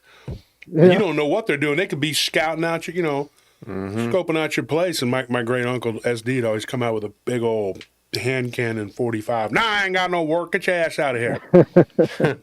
Yeah. And I'd always be like, "Uncle, why do you always leave the door unlocked?" "I don't give a damn. I'll blow them off the back of that wall over there coming in." "Okay." So you want to shoot somebody. Yeah. They don't care. Just want someone to give them a reason. Yeah. Yeah, both sides of our family are like that too. The Mexicans are country too. They don't care. They'd be like, "I will leave the door open. Let them come in and see what happens." Yeah, we're kind of like that, but we got dogs around here, so they let us know if somebody or something's around here that shouldn't be, and everything. I got an old hound dog that he'll damn sure he'll win something off a mile away, and he'll let me know. So You live out in the country, you got to have some dogs, man. It always shocked me too. Like whenever I was with any of my relatives, they all have farms and ranches, and some of them still do. And we have some stuff, but you got to have dogs out there. And the coyotes are real bad. Yeah. They'll come in, they'll try to kill the chickens, they'll try to kill the goats, whatever. And you got to have dogs. And it always amazed me, some of these people that would just come right up to the property and get out and just totally ignore the dog. And then they ask as the dog is going up on them, "Is this dog friendly?" "No, it's not." yeah, Or get back in their truck and you're like, "Who are you? What are you doing here?" And you don't see that so much anymore because people know they'll get their ass shot. But people would do that. They would ask for work and things like that. And I think around, you're younger than me, but like I guess about the late 80s, that kind of stopped. In the early 90s, there was nobody doing that anymore because they knew better. Because people, around here, purple posts, it's like the dogs are one thing, but everybody else has got a gun. yeah. And you have to just be, watch yourself because people are crazy nowadays. Oh yeah, there's actually our old pit bull saved my mom's life one day out here. She was down at the river doing something. I can't remember what she said she was doing, but she there's nobody out here. Like they can't see from the highway, like so she was down at the river. She just had her underwear on and her t-shirt and was doing whatever the hell it was that she was doing. And she said she looked up and our pit bull just was making a beeline right for the river, where just upstream a little bit. And she said she knew something bad was happening, so she took off. And she ran back into the house and she grabbed the shotgun and she come back out. Well, that pit bull had cornered two guys that escaped a prison transport. Oh wow! And I guess that prison transport had to stop up the road in Muscalero to get gas or something, and they escaped the bus somehow, and they made their way downstream and got cornered by our pit bull, and my mom come out with the shotgun, and she told these two guys to come up. My mom was a cop for about 15 years in Austin, Texas, and so she's got a law enforcement background. So she Here in told those Austin, two, huh? yes, sir, and she told those two guys to come up, and this guy started talking to her, and he was trying to step to her, and he said, "Ma'am, you're scaring me." My mom said, "Well, you're scaring me too." He said, "You're making me scared about what I'm going to have to do to you." And he said, "What's that?" And she said, "I'm going to kill you." And she said he just stopped right there. And so she ended up calling the sheriff's department, and she had those two guys load up in the back of her truck, and she took them up to the highway, and the sheriff's department came and collected them. And you know, those two guys were telling that officer, I guess, that woman, she don't take no shit. She's she was gonna kill us.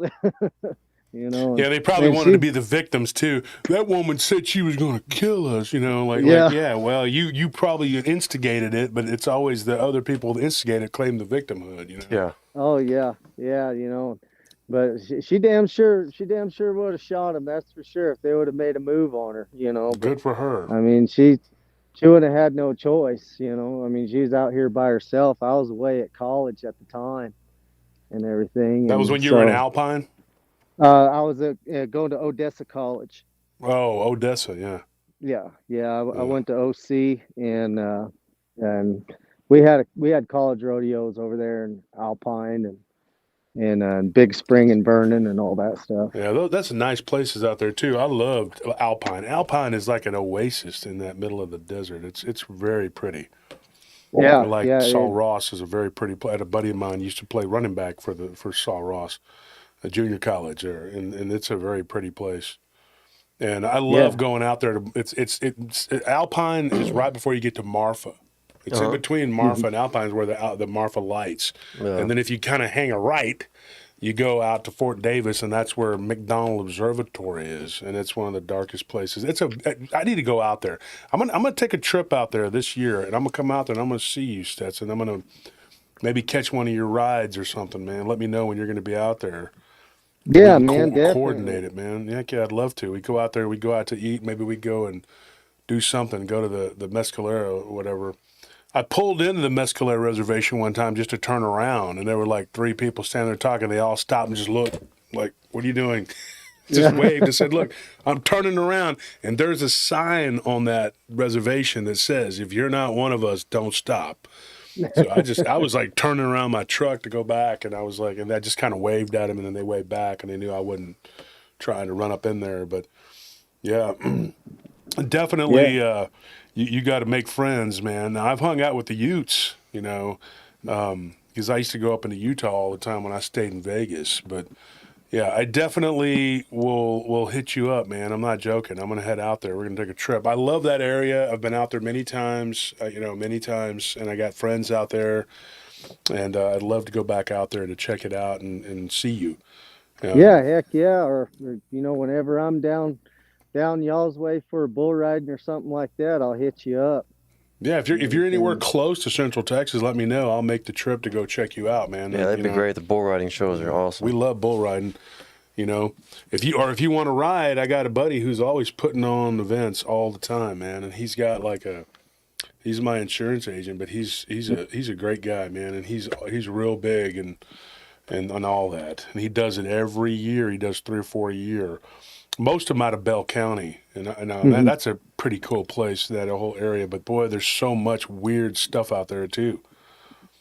Oh yeah, So yeah, yeah. I've been all over around down in Central Texas and Southeast Texas and stuff, and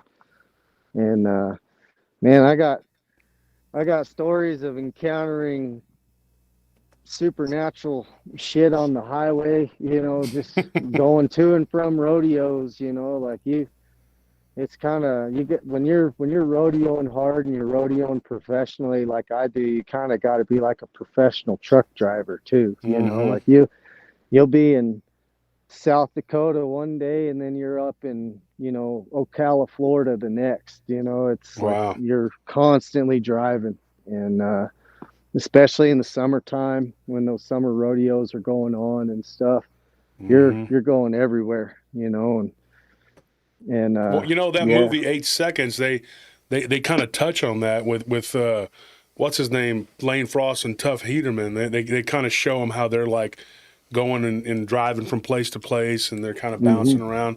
But it doesn't really do it justice.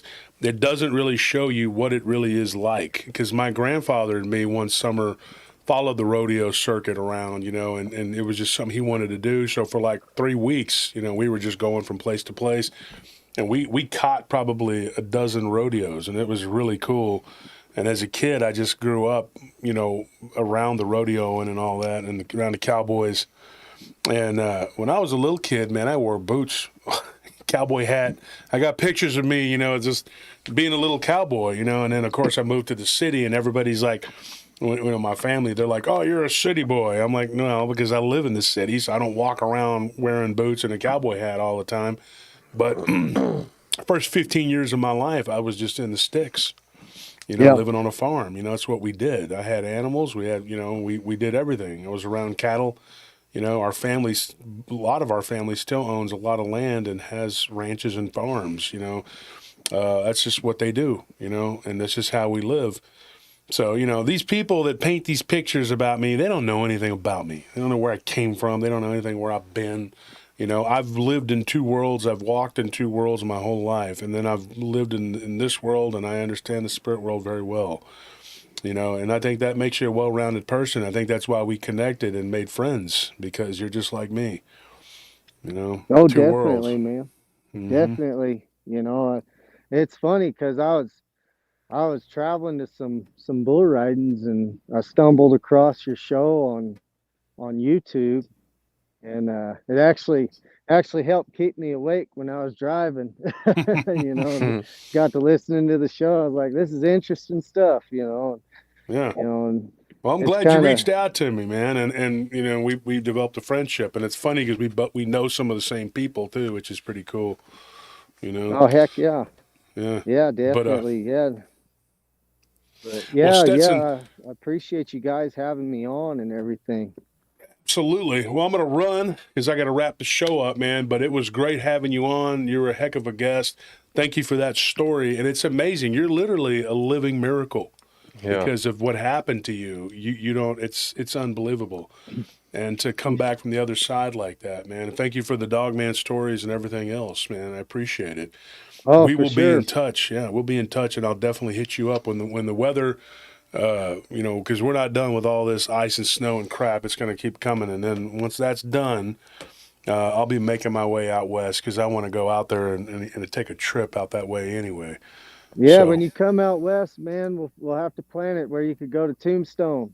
I'll yeah, take you over to I've been there once Tombstone for the before, bull but I'd like riding. to go again. Yeah, I'd love to. Yeah, heck yeah, man.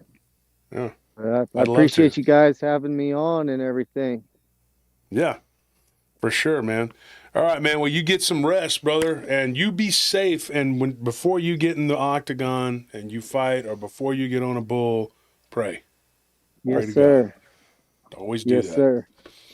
All right. Well, I'm gonna let you go, Stetson. It was good talking to you, brother. Likewise. We'll talk to you later. All right. Bye. Bye-bye. So, folks, that was Stetson Lewis, friend of mine. Glad to call him a friend. He found me, like he said, on YouTube, trying to stay awake, driving from events. And he lives in a very, I don't know, what would you call it? Like a haunted area. Like it's got a lot, haunted by all kinds of stuff. That area is something else, man. We got to get down there, and I'd love to take another trip out there to do it, It's a fun. I've always enjoyed going into the Mountain Gods or Billy the Kid Casino. Yeah. The horse races, horse racing out there is really cool. But I've always had a good time. I've traveled all over New Mexico. I've been all over the West, just all over the place. I mean, because I was kind of nomadic when I was young, huh? No, I've never spent much time out west. Well, you went out there with me in 2017. Yeah, but like we didn't really spend. We just passed through it to get to that Who the hell wants to stay in L.A.? Yeah, no, I mean like West Texas and New Mexico. I apologize for having to eat that collagen cookie, folks. I was like, I'm over here going like, ooh, needed to eat something. The wrapper was kind of loud. Well, I didn't, I had to eat something. I didn't mean to. Wolf, we have someone who wants to call in. We need to record tonight. What do they have, Love Cat? What do they have for us? I think they were saying that something about like they had an experience that just happened in the house or something. And then they want to call and put it through the phone and make us be haunted? I'm like those people that hate PRT. I hate when the ghosts and I hate when they do it around me. They call up and we hear whatever's in their house, like in the Get EVP. off the phone. Yeah, it's like a live EVP. Oh my gosh. Okay. Thanks for putting that on. Let me tell y'all something, folks. I'm gonna give you a little, inside scoop here. The lady that we're recording with tomorrow at 6 p.m. Oh, okay. I get EVPs all the time. And I play them for Anthony, and I don't really play them for Nellie because I think she doesn't need to be. She don't need that. She's by herself at times, and she don't need to be hearing all that. But I will play this one, and it's weird. Let me see if I can get it on the microphone. Let me see if I can do it here. All right, hold on. Let me turn that. You need to turn YouTube off. I did. Let me see if we can hear it. You hear it? Not really. It's hard to hear, but I'm going to put it up to the speaker. She's sitting there by herself, and I can hear it. But I had to play it a couple times, but it's real quick. Yeah, the volume turned all the way up on the phone? Yeah, I turned it up. Here it is right here. You hear that? Kind of sounds like someone whispering briefly. Yeah, someone whispering, right? Try it again. You hear that? Mm-hmm. She's there by herself out on the deck, and you could see it. She's videoed the snow or whatever from her deck. And it's really weird. I mean, I get EVPs all the time. I got one of them the other day that you could clearly hear. It was a lady out of Tennessee, and it said, "My hand." And then the lady we were working with last night that came on, she was talking about something saying, what was it that when she was at the Mason Hall? Yeah. What did it say to her? Well, she said that while she was cleaning it, she heard someone just kind of whisper, "Hey," like that, yeah. and then but she was the only one there. Only one there. Yeah. Yeah, and I had somebody tell me when we were talking about when we were at that the Shriner Hall for the collectors convention. Yeah. I gave this one guy, who's a baseball card guy from Corpus, and I gave him my card, and there was a guy standing there next to me, and he started talking to me. And I met a lot of really cool people there. Those guys from Corpus were really cool. And he's like, "You do a show about the paranormal?" I said, "Yeah, I got to." And so I gave him one of my cards. And then about 2 weeks go by, and his wife messages me, and she's like, "You met my husband at the collectors convention. Check this out." And there's like a quick video of an orb that moves, and then you hear somebody, and they're talking. But then you hear somebody behind them say, "Here I am." And you're like, and then she's like, "I didn't hear it at first." And she's like, and then I played it again, and I was like, "Holy crap, it's exactly what it's saying." And so, I mean, that was back, when was that? That was in August or something like that? It was in August, right? Yeah. But God, it was so freaky, dude. It was it was weird, man. But you get I get lots of EVPs, and then of course, if you post them in the group, then everybody's like, "Oh, that's fake," and then it starts a big to-do, and then you get attacked. So, I don't know. It's just like anything else. You can't, people are going to argue about it, and then they say pictures are fake, and then now with all the CGI, or what is it called, CGI, the AI. Yeah. You don't know what the hell, Yeah. But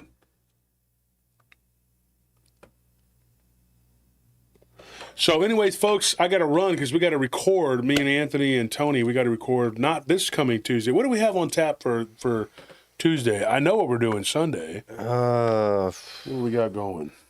I think this Tuesday is going to be the episode that we did about like these weird looking creatures. Oh, with the human-like faces. Yeah, like they're not East typical Texas. Dogman. They're not typical Bigfoot. They're just like these weird patchwork humanoid chimera. I don't know what they are, but yeah, it's gonna be a really good one. Mm-hmm. Yeah, and it's the conclusion we come to is, I don't know. It was like we came to it during the show. Yeah. It was something we didn't talk about a whole lot. We had gone over these stories piece by piece before, but we put them all together and we started talking about it and postulating theories on it. Really weird stuff, man. So tune in Tuesday at 7 p.m., right? Yep. 7 p.m. And then Sunday, okay?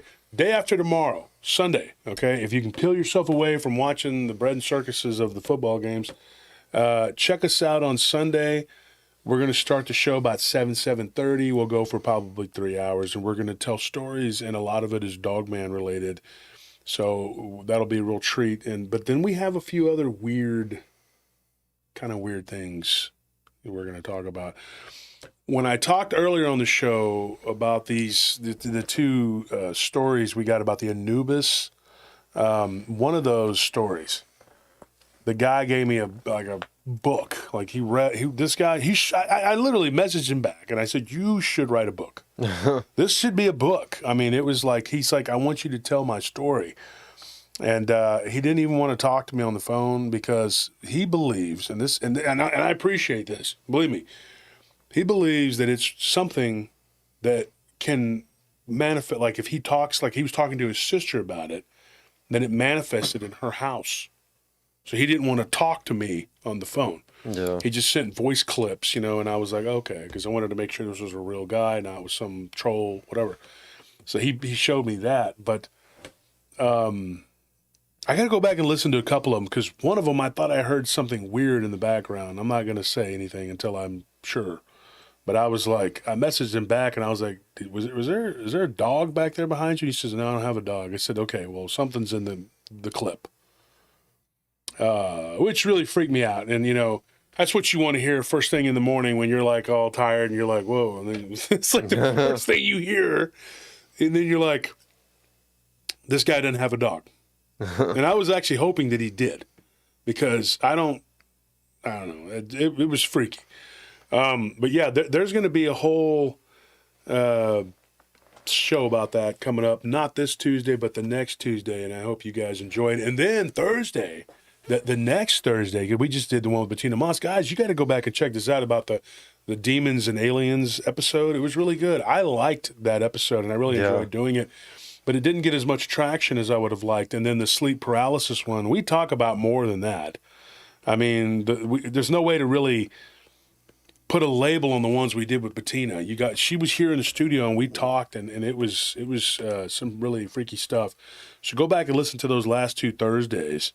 Last Tuesday, what was it we talked about? Marked by Monsters, was it? Yeah. It's about like just people, like these people seeing like these same cryptids even after they move. Yeah, something that follows them from miles away. Yeah. It is some really weird stuff out there. Definitely, we want you guys to come along for the ride. We love you. We absolutely love our fans. Message me, okay? I don't care. If my inbox has got 1,000 people, I'll sit there. This guy knows I'm OCD anyway. Yeah. So I'll sit there all day, and I'll see your message. I may not read it on the show. I may not use your story, or I may not use it right away. It may be months, but I'll see it. And email me. Don't be like, some people have got this impression now that I'm too busy I'm a very busy guy. I stay busy, okay? But don't ever think that I'm too busy, that I won't take your email or your message on Messenger. I will always make time for the listeners. I don't even feel comfortable calling you fans because that sounds, you know, I don't know. It sounds arrogant. Like, I got fans. Like, you know, what is this? I'm not. This isn't OnlyFans. You know what I mean? I'm just a guy up here, and we talk about stuff. I'm just a normal guy. Okay. I have listeners. I have people who listen, and they contribute to the show, and they are very, very, very generous. And we get a lot of stories. We hit. You know, we struck when the iron was hot, and I think what happened was it was the perfect storm, and we were able to retell people's stories correctly, and people saw that, and so more and more people came to us, and then it just snowballed, and now here we are with 30,000.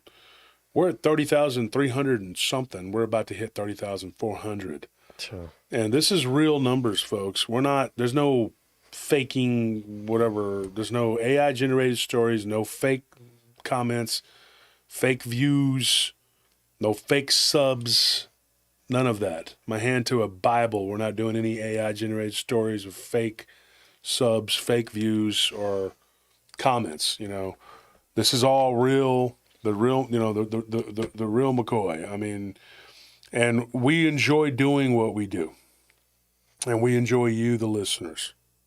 Nothing I love more than coming up here and talking. If we have to stop the show temporarily so I can finish dealing with this situation that's obviously just never going to go away because these people just won't stop. They want to blame me for everything from the Chicago fire to their pizza being undercooked. I don't care, okay? I'm sick and tired of them. I'm sick and tired of them and their bullcrap. You know, they're trying to say that I gave money to some kind of... I never did this. Okay, I never gave a dime to anybody's campaign to take somebody's, you know, that's not true. Is the furthest thing on my mind. And I don't want that. I put my hand on a Bible. I'll take a lie detector test. I don't care. I don't want to be involved in their domestic squad, and they are trying everything they can. The attacks, folks, are daily. It is a daily attack. I wake up every day and someone's messaging me, telling me what they said and what they did. I'm like, I don't care. I don't care. I don't care. I don't care. And I'm sick of it. I'm sick of this. And I'm sick of it just never ends. I mean, if you were in my shoes, you know, what these people truly want and what they really, really, truly want. And I'm going to tell you the absolute freaking truth. They want me to go away. They want me and PRT to go away. They all do. They all do. So that they can continue to bully the community and lie and cajole and extort or try to extort. And then they can try to sit there and give you subpar crap. And then you are supposed to just take it. And then the community and everyone else around them is poor for it. I will continue to bring you a guest every Friday. Every Thursday and Friday, you will have someone who will talk about whatever it is their experiences are. That's my commitment right now. We're doing that at least till the middle of March. Okay, at that point, we're going to reevaluate it, and we may step back for a little while on some things. We also are committed to retelling people's encounters every Tuesday for an hour. And we do it for 3 hours, actually about 2.5 hours, because we have the preliminaries and stuff. We get the chat filled up. We hit about 300, we start rolling. And we do that every Sunday. And this Sunday will be no different. I appreciate the way that people came out and donated and gave today. Not so much just for the money aspect of it, but just to show me that they cared. Like, that shows me that you care. And when I look on here and I see the little PRT symbols like Amy Creel, Shade Viking, they got the little symbols on there, you know, because they bought the, what is that, the membership thing? Yeah. And it's just a cool way to support the show. And it shows me that you care, you know? And if you can't donate, don't donate. But you know what you can do?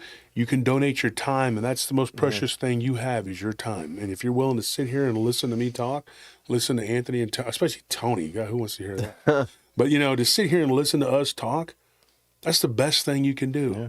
And Larry Fisher, you know you don't got to donate. You're our friend. You're our buddy. You're our pal. You are a solid guy. I'll promote you even if you don't give me a dime.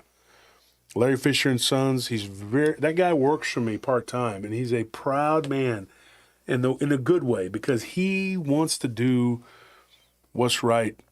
He wants to help people, and he has been an invaluable friend and an ally. Always there to help. And Larry Fisher and Sons Roofing, folks. If you have any questions or if you need a roof, hit me up and I'll get you in touch with Larry. His crews do a great job. We know this. You know, we've had people that we've sent to him. Larry's a good guy. They don't make them like Larry anymore. Larry's a really good guy. Even though he's an Aggie, you know, I'm kidding, because I don't care. I like the Aggies too, actually. I like to rag on them though. But sometimes I'll mess with Longhorns too, just because. Yeah. Go to a party down on the drag by UT, and I'll wear an Aggie hat, and then I'll be around a bunch of Aggies, and I wear my Longhorn hat. Yeah. Just 'cause, and then I tell people the dirty secret. I love them both, man. Like, you know, how can you do that? I just can. I love them. It's like your opinions change based on whether you're around Aggies or Longhorns. Like when you're around Aggies, then like you got to give them crap for how much they hate the Longhorns. Like they hate the Longhorns more than they love the Aggies. And then when you're around UT, the Longhorn fans, you got to give them crap about how it's a crazy liberal school and this and that. Just mess with them. Well, you know, I do that with the Cowboys and the Texans too. I got friends that are diehard Texans, and they're like, "Did you see that Texans butt whooping of the Browns?" And I'm like, "Yeah, I was rooting them on. I thought you were a Cowboys fan." I'm like, "I am." Well, how can you like them both? I like the city of Dallas and I like the city of Houston, and I have a lot of friends in both of them. I have tons of friends in the DFW area, tons of friends in the Houston area. Imagine I went to an Astros game years ago. There was a doubleheader. I was watching the Cardinals, and I was just out there drinking beer and having a good time with Scorpion and our friend Marshall, and we all hung out. And we were down there watching the game, and these two guys turned around, and they kept looking at me, and one of them says, "Hey, man, you're Wolf." And I said, imagine that. And we're sitting 3 rows behind them. Mm-hmm. And the Astros weren't that good that year. There wasn't a whole lot of people there. The second game especially was like cleared out, you know. And the guy he was an Arabic dude, and he actually was from here in Austin. He was living in Houston, and he met me twice at the club, and I almost didn't recognize him. And his name was Salah, and he was down there like right below us, and we started talking, and he was like, "Yeah, I met you through Hamoud. He was a friend of his." And used to go to the club, and that's the guy who was part owner of our club. Yeah. And he recognized me. And so then they came and sat with us, and they bought us beer and hot dogs through the whole game. It's like we just go to Houston, you know, it's like 3 hours from here, you know, and people knew me. Like they knew me in Houston. I mean, I got friends all over Texas, man. I know people in pretty much every little city, every little nook and cranny of Texas. I've been through it. Just like, you know, Arkansas, Louisiana. I've been all over Louisiana. I've been all over Oklahoma. Every spot of those states. I've traveled all through New Mexico. You know, just like he was talking about Tularosa. I've been through there. I've been through all them places, all over those areas, exploring things and just getting to know people. Spent some time in Paul's Valley in Oklahoma. It was the coolest. The toy museum there. You know, and been to haunted houses galore, people telling me stories about Dogman and cat people and all kinds of stuff. And we've done it. We've been there. In the last several years, it's just been an adventure, you know. Kind of like my friend Larry. He travels everywhere, man. He's all over the place. One day he's up in Corsicana. Next day he's down in the valley. I mean, he's all over the place. But it's just a different type of atmosphere. It's just a different type of atmosphere in these states around here, you know. Mm-hmm. And Texas is my home, but I love going through Arkansas. It's beautiful. Oklahoma's got a lot of beautiful places and people. Louisiana, same thing, beautiful. I love Louisiana. I love going through there. And I love New Mexico. I love all those places. It's a lot of beauty, a lot of play. If you haven't been to that area where Stetson Lewis is from, you're missing out. I'm telling you, some of the views up there, beautiful. Mm-hmm. I mean, just breathtaking.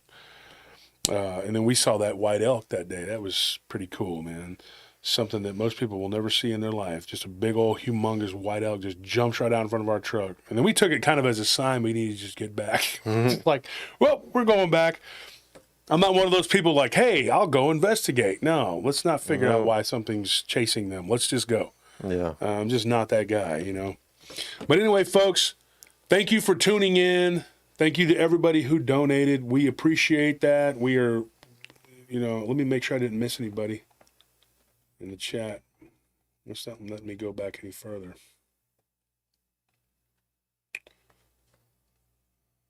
Let me see if I can try to think. I'm going to make sure I thank everybody.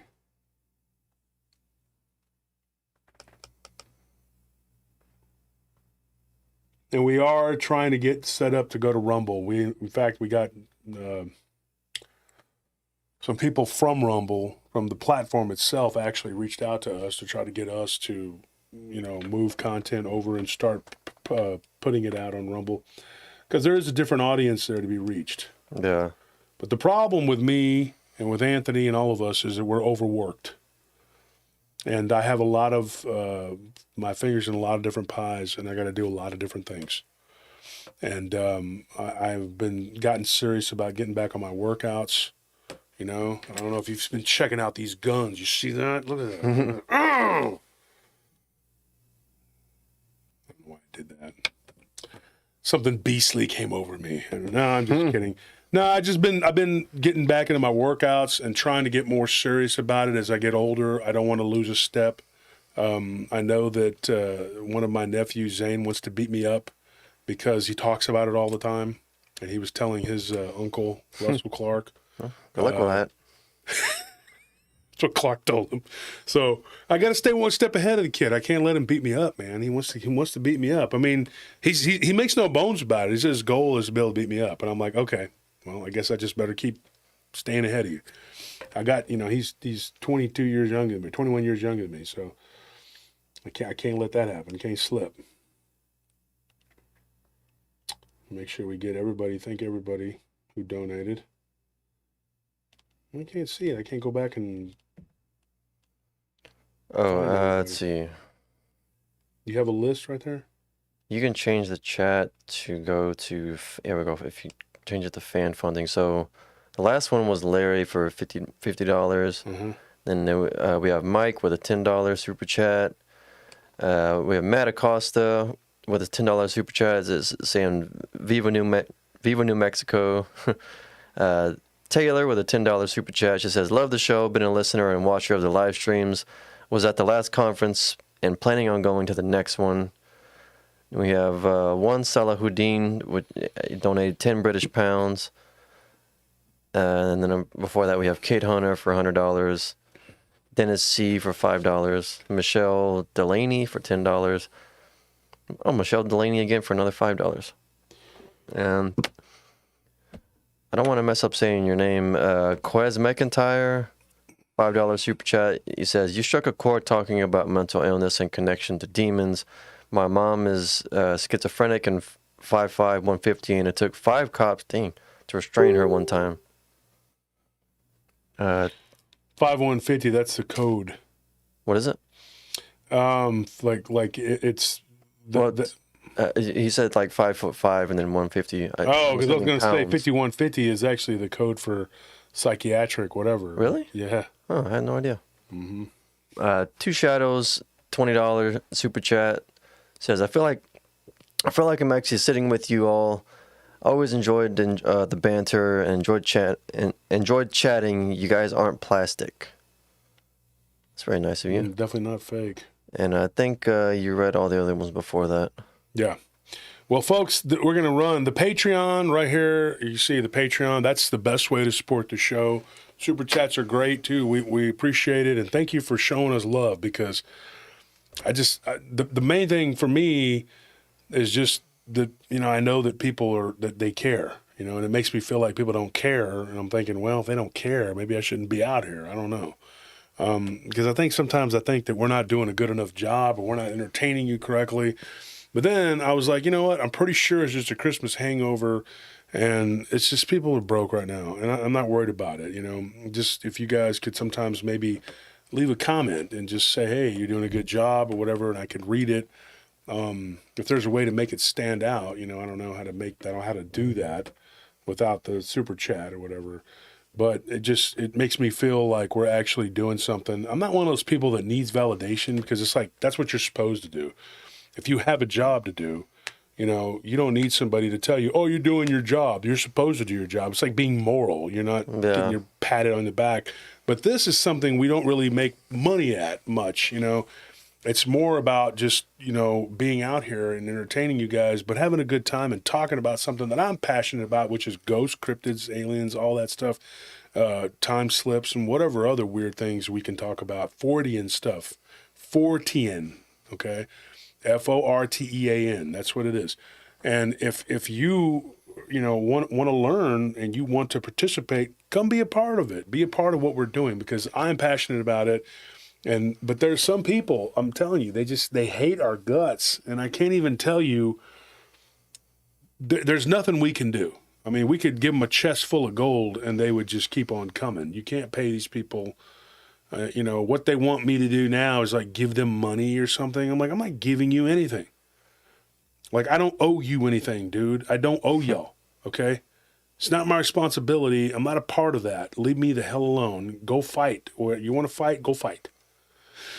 I'm not going to help your side or the other side one way or the other, because it's not my situation. I didn't create it, okay? So stop pretending and saying that I did. And I'm going to pursue this now in the way that I know that I have to, because they're not going to stop. And now with the accusations and things that they're coming up with, there has to be, there's going to have to be a reckoning. I mean, people are going to have to be accountable. Because I've had enough. You got to understand my position, folks. I can't just block and delete. I'm so blocked and deleted out, it doesn't even matter. And these people are relentless. And you got to understand something. While they have all this energy to make war and fight and do all this crap, it's because they don't work. I've said this before. None of them work. Yeah. So they have all the energy in the world, while me and Anthony and Tony have to keep the country going, because we're working all feeding these people. They don't work and they manage to get fat. How does that work? I don't get it. I don't understand it. Yeah. You stay fat and you don't work? Well, it used to be if you got fat, it was like your reward, because, you were on the farm or the ranch and you were in retirement and you had earned it, because you worked for 50 years and now it's time to take it easy and get fat. Nowadays people are just fat and they don't even work.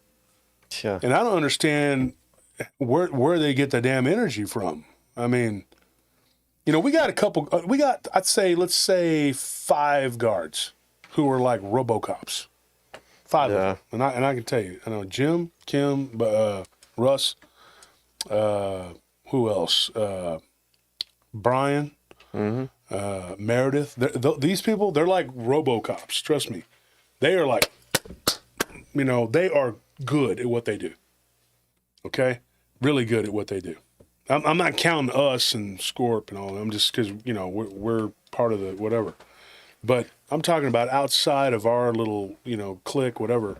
These people, they bust their ass. And you know what they do? They go home, they go to sleep, they get up, they brush their teeth, take a shower, eat breakfast, dinner, whatever you want to call it. Then they go back out there all night and they do it again. And they do it again. And they do it again. And they do it again. And they are literally like RoboCop. And they make that their life. And so the other day I was talking to Russ. That's Zane's uncle. And Zane's uncle on his mom's side, whatever. And Zane's uncle, he tells me, he says, what do these people do? And this was a few months ago when all this was going on. And I said, they don't work. They don't. He goes, damn, no wonder they got the energy and the time. He goes, I was wondering how these people are so relentless. And he goes, I said, they don't work. And he's like, well, shoot, man, if I didn't work, he works like 5-6 days a week. He's like, if I didn't work, I'd have time to sit around and do fun things too, and just mess with people, make accounts, and act a fool. He's like, we don't have time for that crap. Well, he didn't say the word crap, but he said some other stuff. And he's like, dude, and what was amazing to him and a lot of my friends in my daily life here, that I have the energy myself, because they see how much I work to even be able to fight and defend myself. And when every bit of my spare time is to writing and to doing the show, I don't have hobbies anymore, folks. This is my life. This whole thing is my life. So then when I come to the show, I feel like people don't care. It's like, well, I'm not going to do it, because I feel like people don't give a crap. I mean, it's like, and then they want to tell me, well, I don't want to hear about it. But, this is the live stream. We're not taking up, but like the guy that was complaining, 5 to 7 minutes. And he said it was like putting wood or something underneath his bamboo underneath his nails. No. 5 to 7 minutes. He's talking about the podcast. podcast. Yeah. He probably don't even watch a live stream. And I'm like, dude, think about it, ladies and gentlemen. Like, imagine, for those of you who've probably already worked your whole life and you're done, right? But imagine if you're me and you're in your 40s and you're like, you have been working your whole life since you were 15 years old. First job I got, I was 15. Well, I had a paper route when I was a kid, and I also cut grass all summer. It was miserable. My dad started it, and then he would just go cut that lawn, and I would have to do it. And then he would call it an allowance, whatever. But anyway, I'm not going to complain. The point is, I busted my ass as a kid. When I was 15, I was shoveling horse shit. That sounds silly, but that's what I did. So then when I was 16, I got my first job working at this barbecue place, and I still, to this day, I smell the sauce. When Bettina and Maddie were here, and we stopped at the one in San Marcos, Yeah. I just can't stand eating inside that place because it's nauseating for me because I smelled so much of that barbecue sauce. I'd go home smelling like it. And then I had a job washing dishes at Lone Star Cafe, which ended up eventually I became a waiter. And then I had a job at Foodland. And I had all these jobs simultaneously at one point. I had 3 jobs. At one point, I was flipping burgers at Dairy Queen and working security. And, I had a job at my friend's shop, and doing different stuff for him, cleaning up and doing all this crap. And I've worked my whole life. I can't imagine not working. And I can't imagine not having 2 or 3 things to do. And I just can't get on board with people who don't want to work. And then they have time to just tee off on you and attack you all day, every day. While I'm laying there half asleep, tired, and I got to look at my phone and I got to see people telling me, hey, did you see this video? Did you see this crap? Look at this Facebook post. Look at this YouTube thing. This guy from the UK and all this other stuff. And I'm like, oh, damn. Where do you get the energy? And I'm like, oh, yeah, that's right. You don't work. Mm-hmm. So when you don't have a job, and having a job and being a productive citizen of society could go a long way to getting what you want. So stop busting everybody's ass to try to get them to give you whatever and just do something productive. And I don't mean playing around on YouTube. I'm talking about productive, doing something for society. Working. What's wrong with that? Now, I understand if you're on disability, you're hurt, or whatever you got, it's legitimate, you can't work, so be it. I get it. But I am sick and tired of people in this society pulling down everybody else because they don't want to pull their weight. Now, how does that fare the rest of us? I mean, we had somebody walk off the job recently, and it was so stupid. They wanted us to pay them a certain way, and I was like, no, I'm not, because that's not correct. And they got mad and just walked off the job.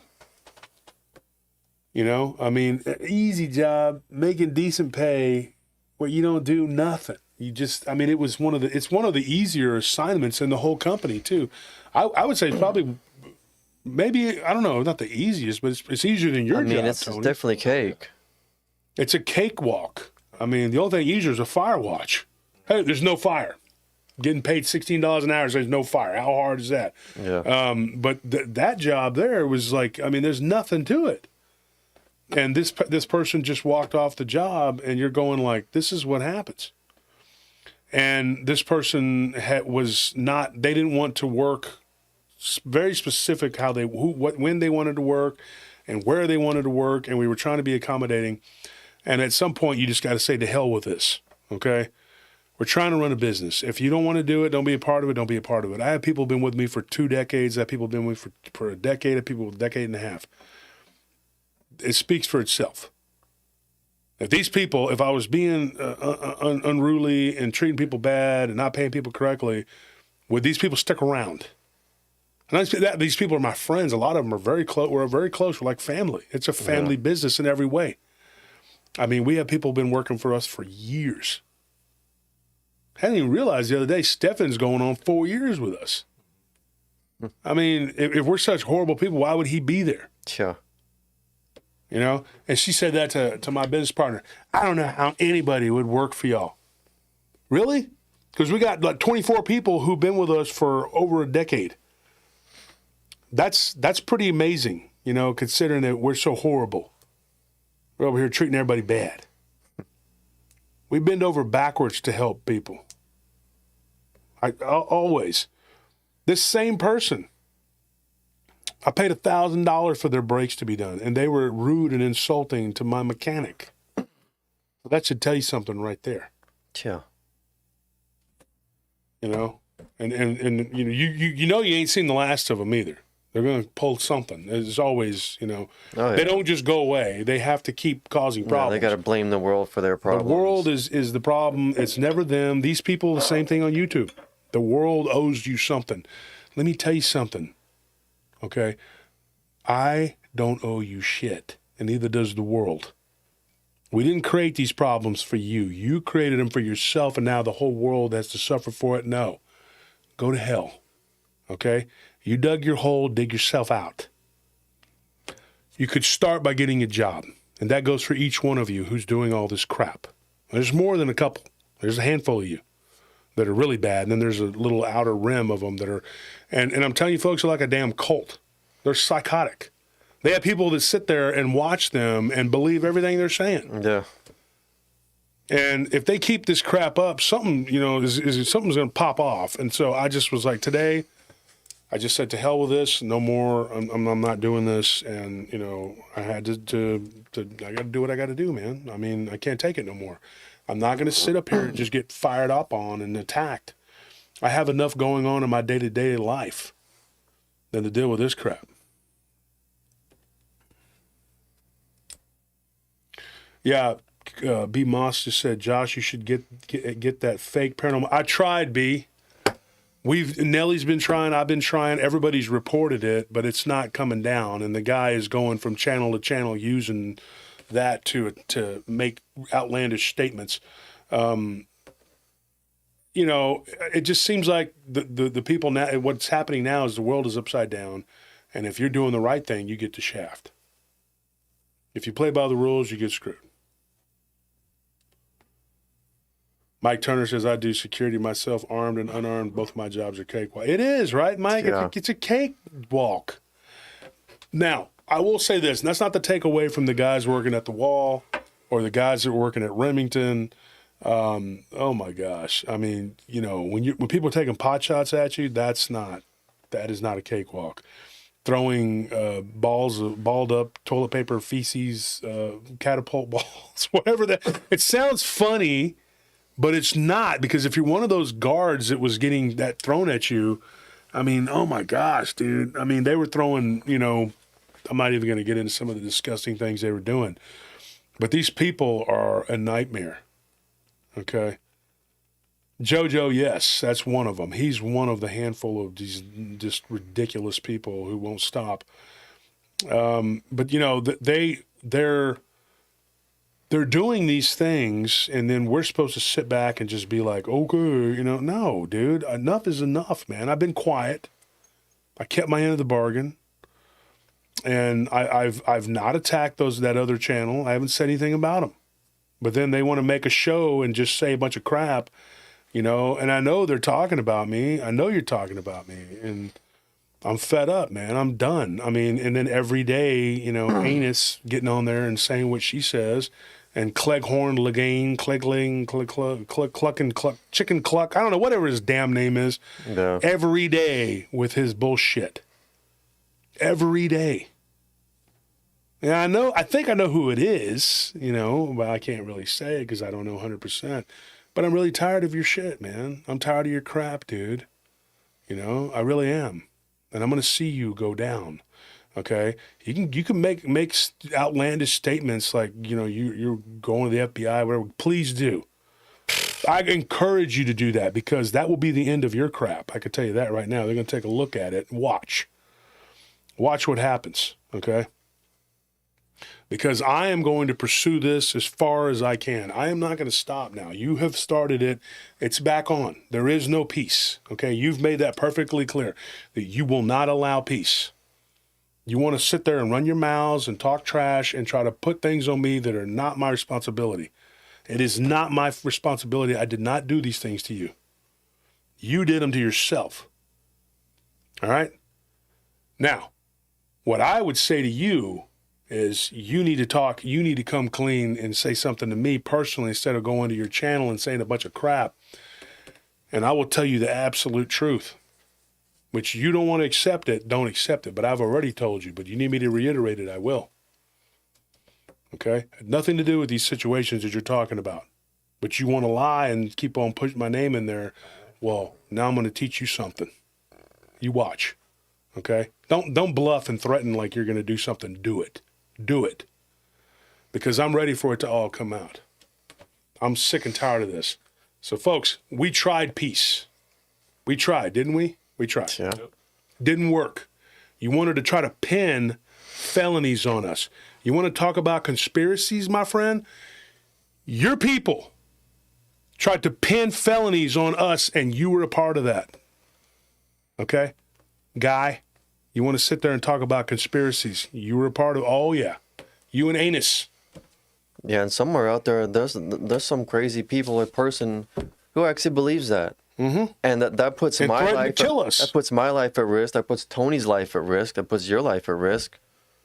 I mean, that's not funny, is it? Like this, it's not a joke. And I know you people are sitting there laughing about it, thinking it's a joke, but it's not. And you're gonna realize it's not a joke.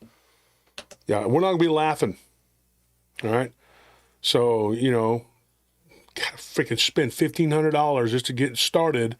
If I'm going to have to spend that kind of money, believe me, I'm going to get my money's worth. And that's just the tip of the iceberg, okay? But I'm doing it because I have to do it, folks. Every penny of this is going to go to that because I got to freaking fight these people because you won't stop. You won't have the decency to leave me alone and go on, okay? I had nothing to do with that situation, but you want to keep pushing, you little bastards.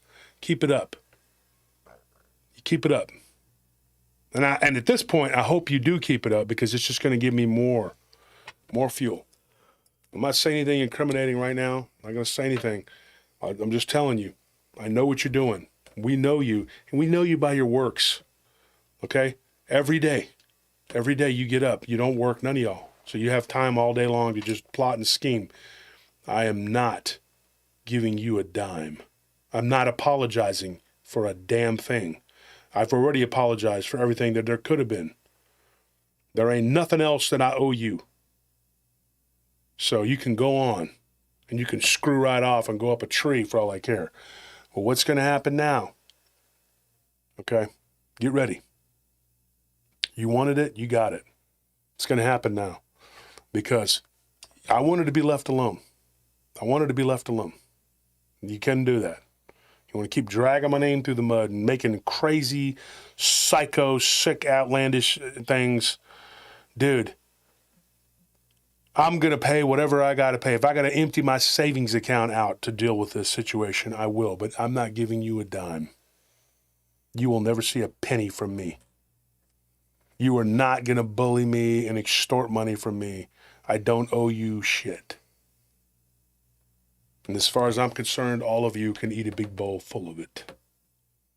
You heard it right here from my mouth, okay? Go to hell. You had your opportunity.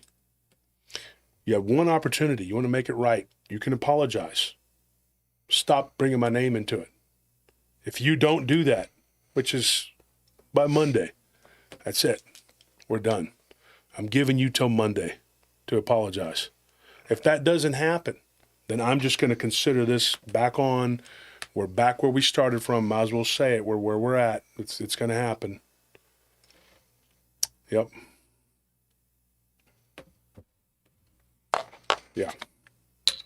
Not going to be blackmailed. I'm not going to be extorted. I don't owe you anything. I didn't do anything to you for that. I defended myself, and I will continue to defend myself.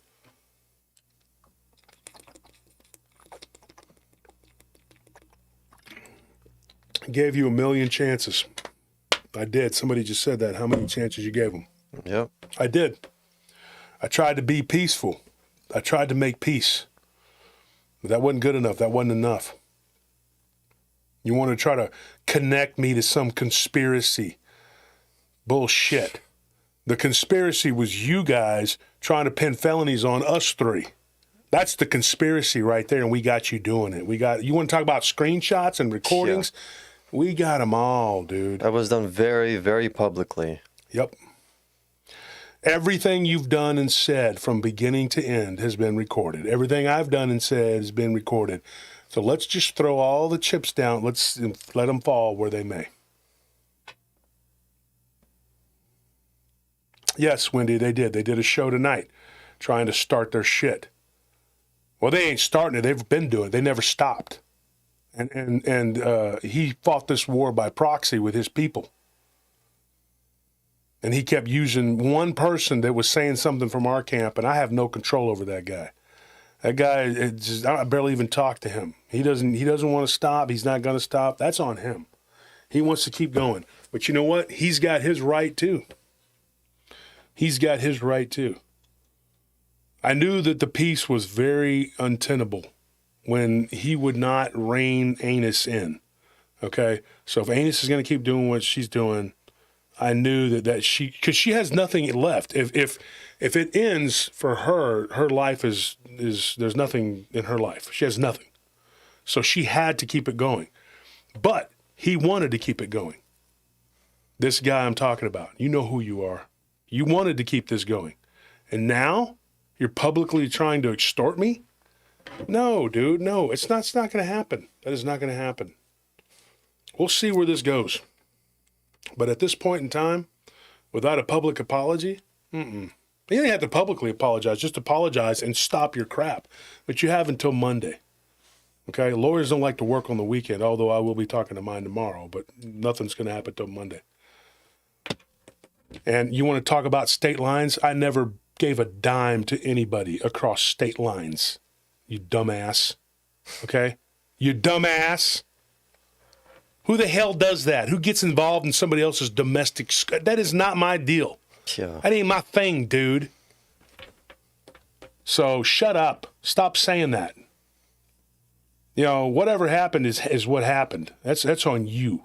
So take responsibility for your own dysfunctional domestic crap. Exactly. Yeah, exactly, B. We got receipts, believe me, on all of you. Bunch of derelicts. Bottom of the barrel, bottom feeders who do nothing. Don't contribute to society in any way. I tried to be nice. I tried to play nice, and I tried to say, hey, let bygones be bygones after all the crap that was said about me and the lies that were thrown at me and about me and my wife. Accusations so foul. Dude, this disgusting crap that was being thrown out there. No, dude. So, we're done. We're done. We'll let the lawyers take care of it from here on out. That's what's going to happen. This is my last hurrah before they shut me up and tell me I can't say nothing else. But I can't wait to see what comes of this. Okay? I'm going to do everything in my power now. I'm going to defend myself. And I'm going to put every dime I have into this, folks. I'm telling you right now. Because I am sick and tired. And this will be an example to the rest of the community. These people, you're going to be made an example of. I promise you, I will do everything in my power. Everything. You want me to take time out of my job, take time out of my show to fight with you because you have nothing better to do? Then that's what we'll do. Believe me, you're going to lose. Okay? I hope you're not bluffing. I hope you're ready. I hope you're being dead serious about this. Stop playing games, man. This little campaign you've started, it's cute. Yeah, it's cute, whatever. Now, you better be ready to put up or shut up because I know God in heaven looking down on me knows I am. You've pushed and pushed and pushed and pushed and pushed and pushed, and now you got your war. You wanted it. You wanted to keep it going. And folks, don't do them the favor of watching them because that's what they want. They have nothing else without us. What they want is for you to go and watch this circus that they're creating so that they can get views because they have nothing else going. Nothing. So you watch. You watch what happens. I'm sick and tired of the threats. I'm sick and tired of the attacks. Chicken Clegane or whatever his stupid jackass name is, which I'm pretty sure is just, somebody in his little cabal. Yeah. Yeah. We know who you are. We know. We're just going to have to prove it.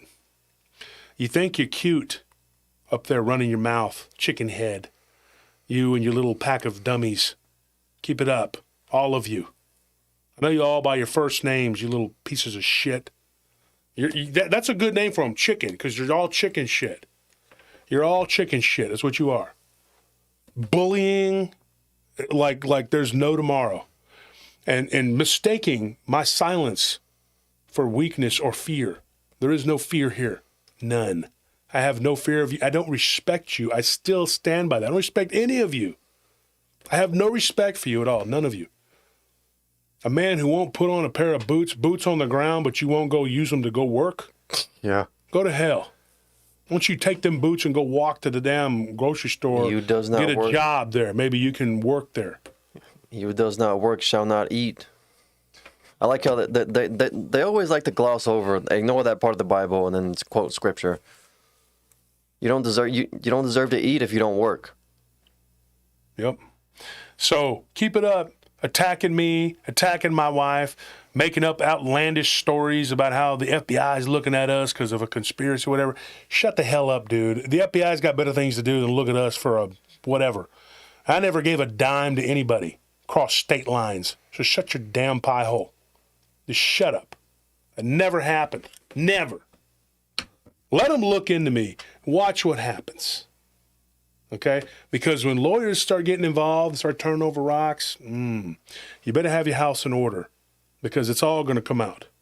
I didn't want this, but this is what you forced me to do. Yes, Stephanie, state lines. They're over there talking about, they with money being fit to state lines. Bullshit. Okay? Bullshit. You're right, white philosophers, only bored people and boring, stupid stuff. That's what this is, a bunch of bullshit. Well, let me tell you something, okay? Now you're going to see what happens when you mess with people who are actually doing real, okay? Fake meets real. Watch. This is going to be real. All right, folks? Thank you. We got it going on. Sunday, we're going to be back. We got to do. I gave the message to these people. You know who you are. Take it for what it's worth and be prepared. Okay? I promise you. God looking down on me. I promise you. It's coming back to you. What goes around comes around. It's called karma, dude. Yeah. You had your opportunity. You had your opportunity. You could have left me alone. You had your opportunity, but no, you wanted to keep pushing and keep acting like you were somebody. Now we're going to see what you're made of. Okay? Yeah. I'm sure you probably get free lawyers or whatever. I don't care. I'll pay for whatever I got to do. Yeah. Must be nice. Go through life getting freebies. Mm-hmm. Must be nice. You can just sit there and tee off on people and mess with you. But it's not going to happen. I've been quiet. I haven't said anything. I kept my end of the bargain on the piece. I did what I was supposed to do. And then tonight you make a show. And if you're believing people with these screenshots and these fake whatever, I can promise you there isn't any, and people aren't turning on each other because they're scared. Okay, everybody's laughing at you because you're full of shit. Nobody cares. I can tell you that. Nobody's shaking in their shoes, okay? There was no conspiracy. You know, you may be in your own mind, amigo. The fact that he says that we gave money is the most outlandish shit I've ever heard in my life. Yeah. I don't have money to be given to somebody's cause, dude, all right? That is not my fight. That is not my problem. That is your problem. And let me say something else. Take it up with the state because they don't come and just do stuff like that on a whim, okay? There had to be something going on. I don't know what, and I'm not going to speculate because that's not what I'm here for. Your fight is with your state government. No, not me. So you can try to throw my name in there and bandy it about all day long what you want, fucker. That ain't me. I didn't do it, dickhead. And Cleghorn, why don't you show me who you really are? And stop talking about Russia because you ain't from Russia, you dumb shit. You're from up there in Oklahoma. Yeah, keep it up, you stupid shit, you dumbass. He'll go and watch. He's going to go make a post now. Oh, well, John Turner's to blah, blah, blah, blah. You're going to go say some other stupid shit and incriminate yourself further, you dumbass. Keep it up. You want to talk about receipts? We got the receipts. We got everything you've done, recorded and said. All of this crap. It's illegal what you're doing, stupid. You idiot. There's still laws and rules. You may think you're above it because we haven't been trying to come after you. Well, I am now. You watch. Straight to the freaking lawyer. Straight to the lawyer. I did it today. It was crappy. I had a crappy day having to sit there and deal with it. But you know what? It's tedious and it's time consuming, but it's what has to happen. Because you're not going to destroy my channel. You're not going to take my businesses, and you're not going to run me through the mud with this psycho path that calls herself a psychologist. You are a sick woman. Stop calling on people to pray for me because I don't want your prayers. You probably pray to Moloch, okay? I don't want your prayers, okay? You're a sick woman. You are so stupid. You have so much dirt out there on you. It's not even funny. It's not even funny. You have violated your client. What's it called? When you talk to your client? Yeah. Dude, you are so stupid, woman. I could have pushed the button anytime I wanted. I wanted peace, but you wouldn't have it. You sick old hag. You watch. You fat old whore. Yeah, you want war? I'm going to make you wish you never lived. You big old bitch. Screw you. Goodbye. See you Sunday.